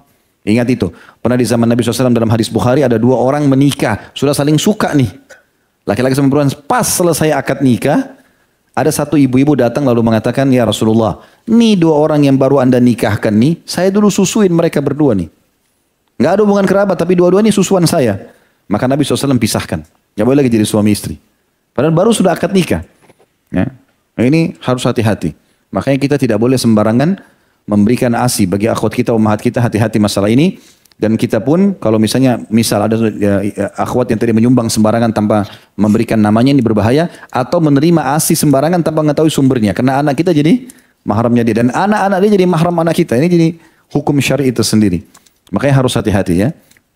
Dan ini juga punya kedudukan sendiri dalam Islam. Karena berlaku baginya apa yang berlaku bagi nasab. Ya.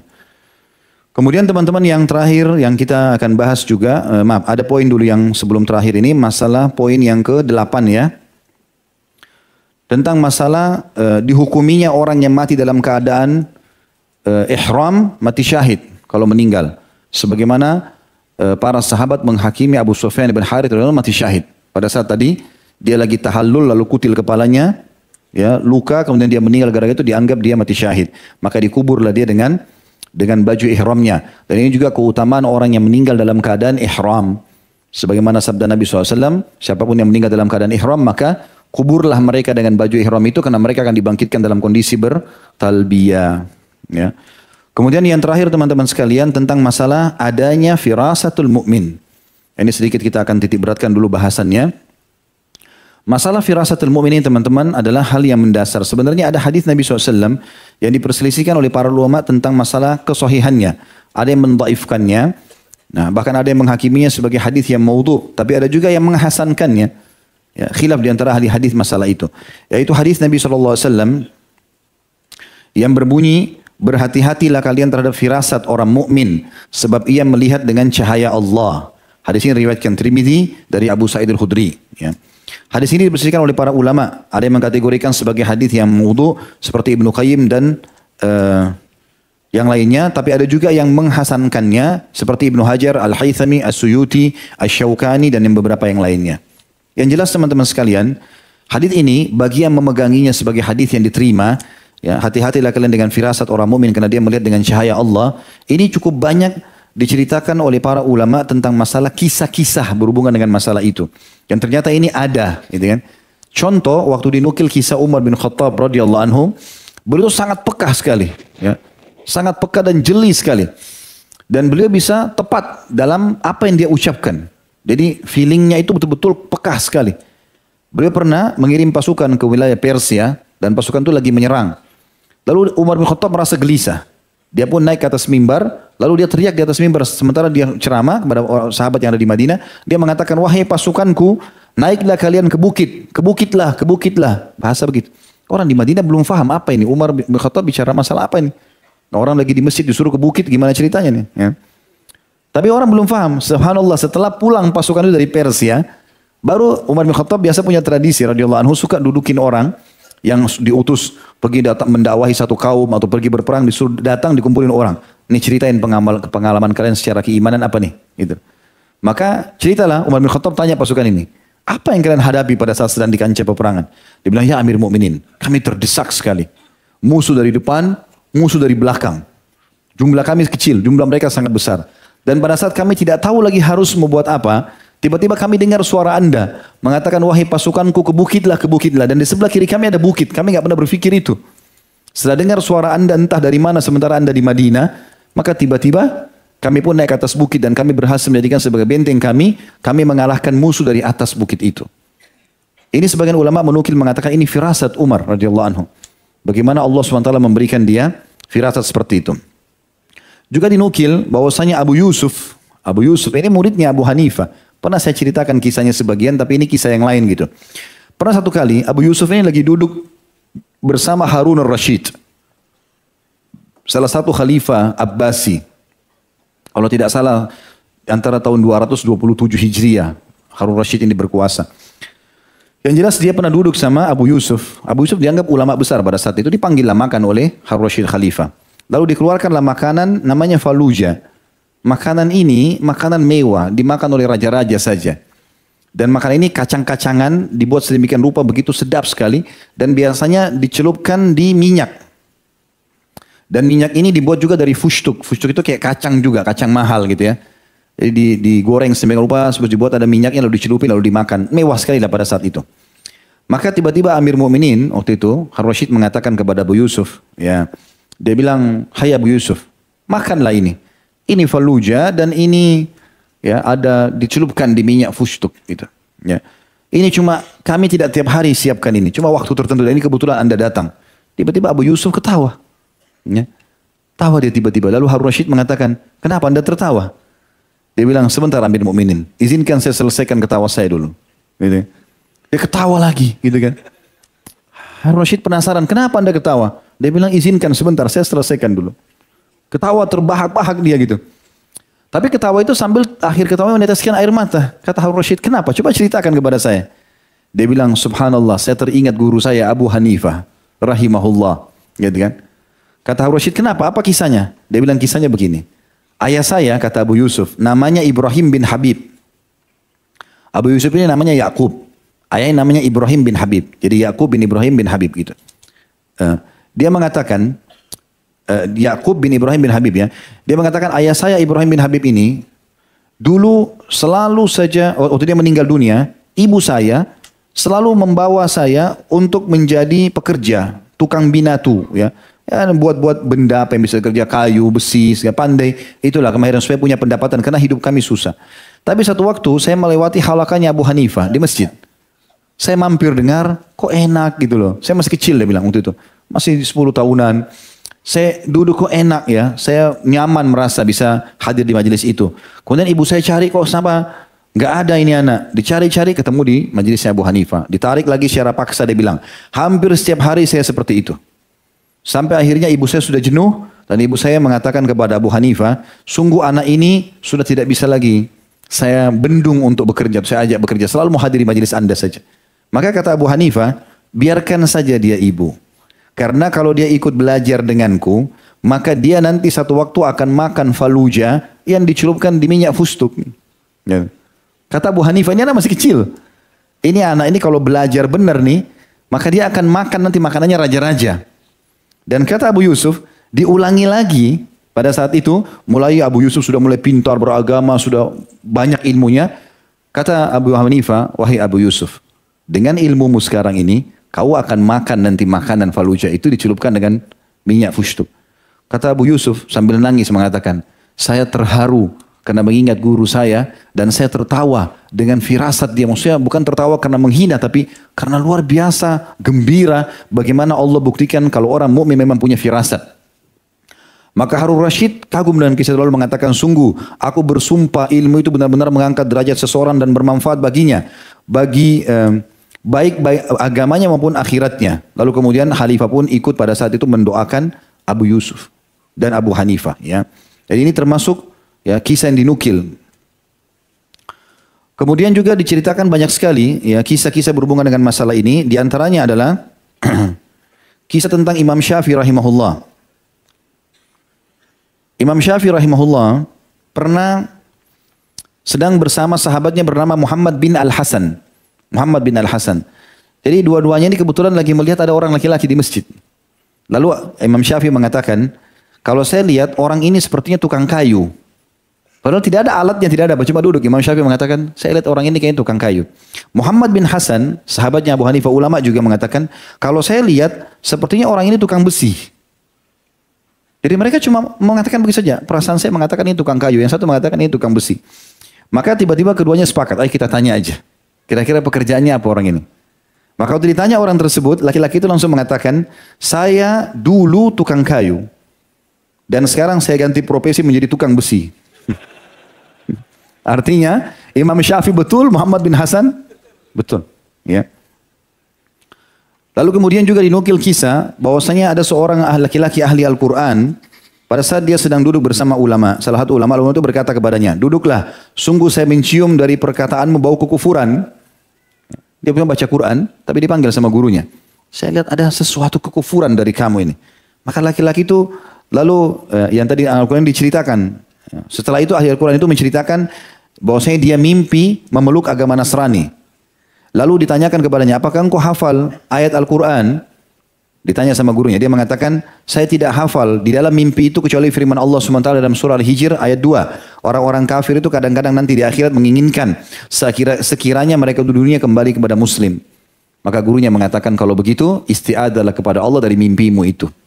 Artinya, kalau gurunya tidak bertanya tadi seperti itu, ya tidak mengatakan bahwasanya saya sepertinya merasakan ada kekufuran padamu. Ya dengan begitu, dengan dia merasa itu. Maka muridnya mengatakan, saya tidak tahu apa-apa, tapi memang saya mimpi masuk agama Nasrani. Akhirnya gurunya suruh dia istiadah dari mimpi itu. Karena bisa saja syaitan datang menggoda dia, seperti itulah. Kemudian Abu Sa'id Al-Kharraz pernah berkata juga, saya pernah melihat seseorang laki-laki fakir di Masjidil Haram.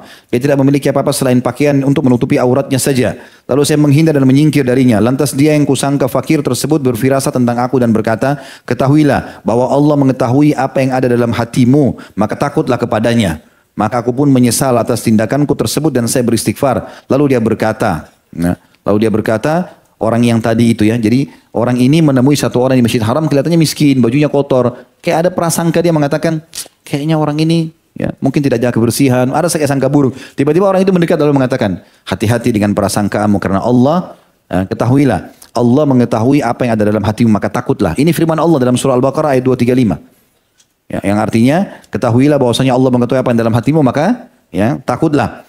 Maka dia bilang, aku pun menyesal. Lalu dia membaca firman Allah dalam surah Syura ayat 25. Orang itu bilang lagi, ya, dan dialah Allah yang menerima taubat hamba-hambanya dan memaafkan kesalahan-kesalahan dan mengetahui apa yang dikerjakan oleh hamba-hambanya. Dan sekian banyak kisah yang berhubungan dengan masalah ya orang-orang yang firasat mukmin. Dan ini kita hubungkan dengan tokoh kita. Karena Abu Sufyan bin Harits radhiyallahu anhu, beliau merasa pada saat mau meninggal punya firasat akan meninggal dunia. Dan ini dirasakan luar biasa oleh beliau sampai dia menggali liang lahat dan dia mengatakan kepada keluarganya, saya akan meninggal beberapa hari lagi. Lalu mulailah dia ya menasihati keluarganya mengatakan, jangan tangisi kalau saya meninggal karena semenjak masuk Islam saya tidak pernah lagi berbuat dosa. Allahu a'lam. Baik, itu saja. Semoga apa yang kita bahas hari ini bermanfaat buat kita semua dan dijadikan sebagai tambahan amal kita pada hari kiamat. Kalau ada benar pasti dari Allah, kalau ada salah dari saya mohon dimaafkan. Subhanakallahumma bihamdika, asyhadu an la ilaha illa anta astaghfiruka wa atubu ilaik. Wassalamualaikum warahmatullahi wabarakatuh.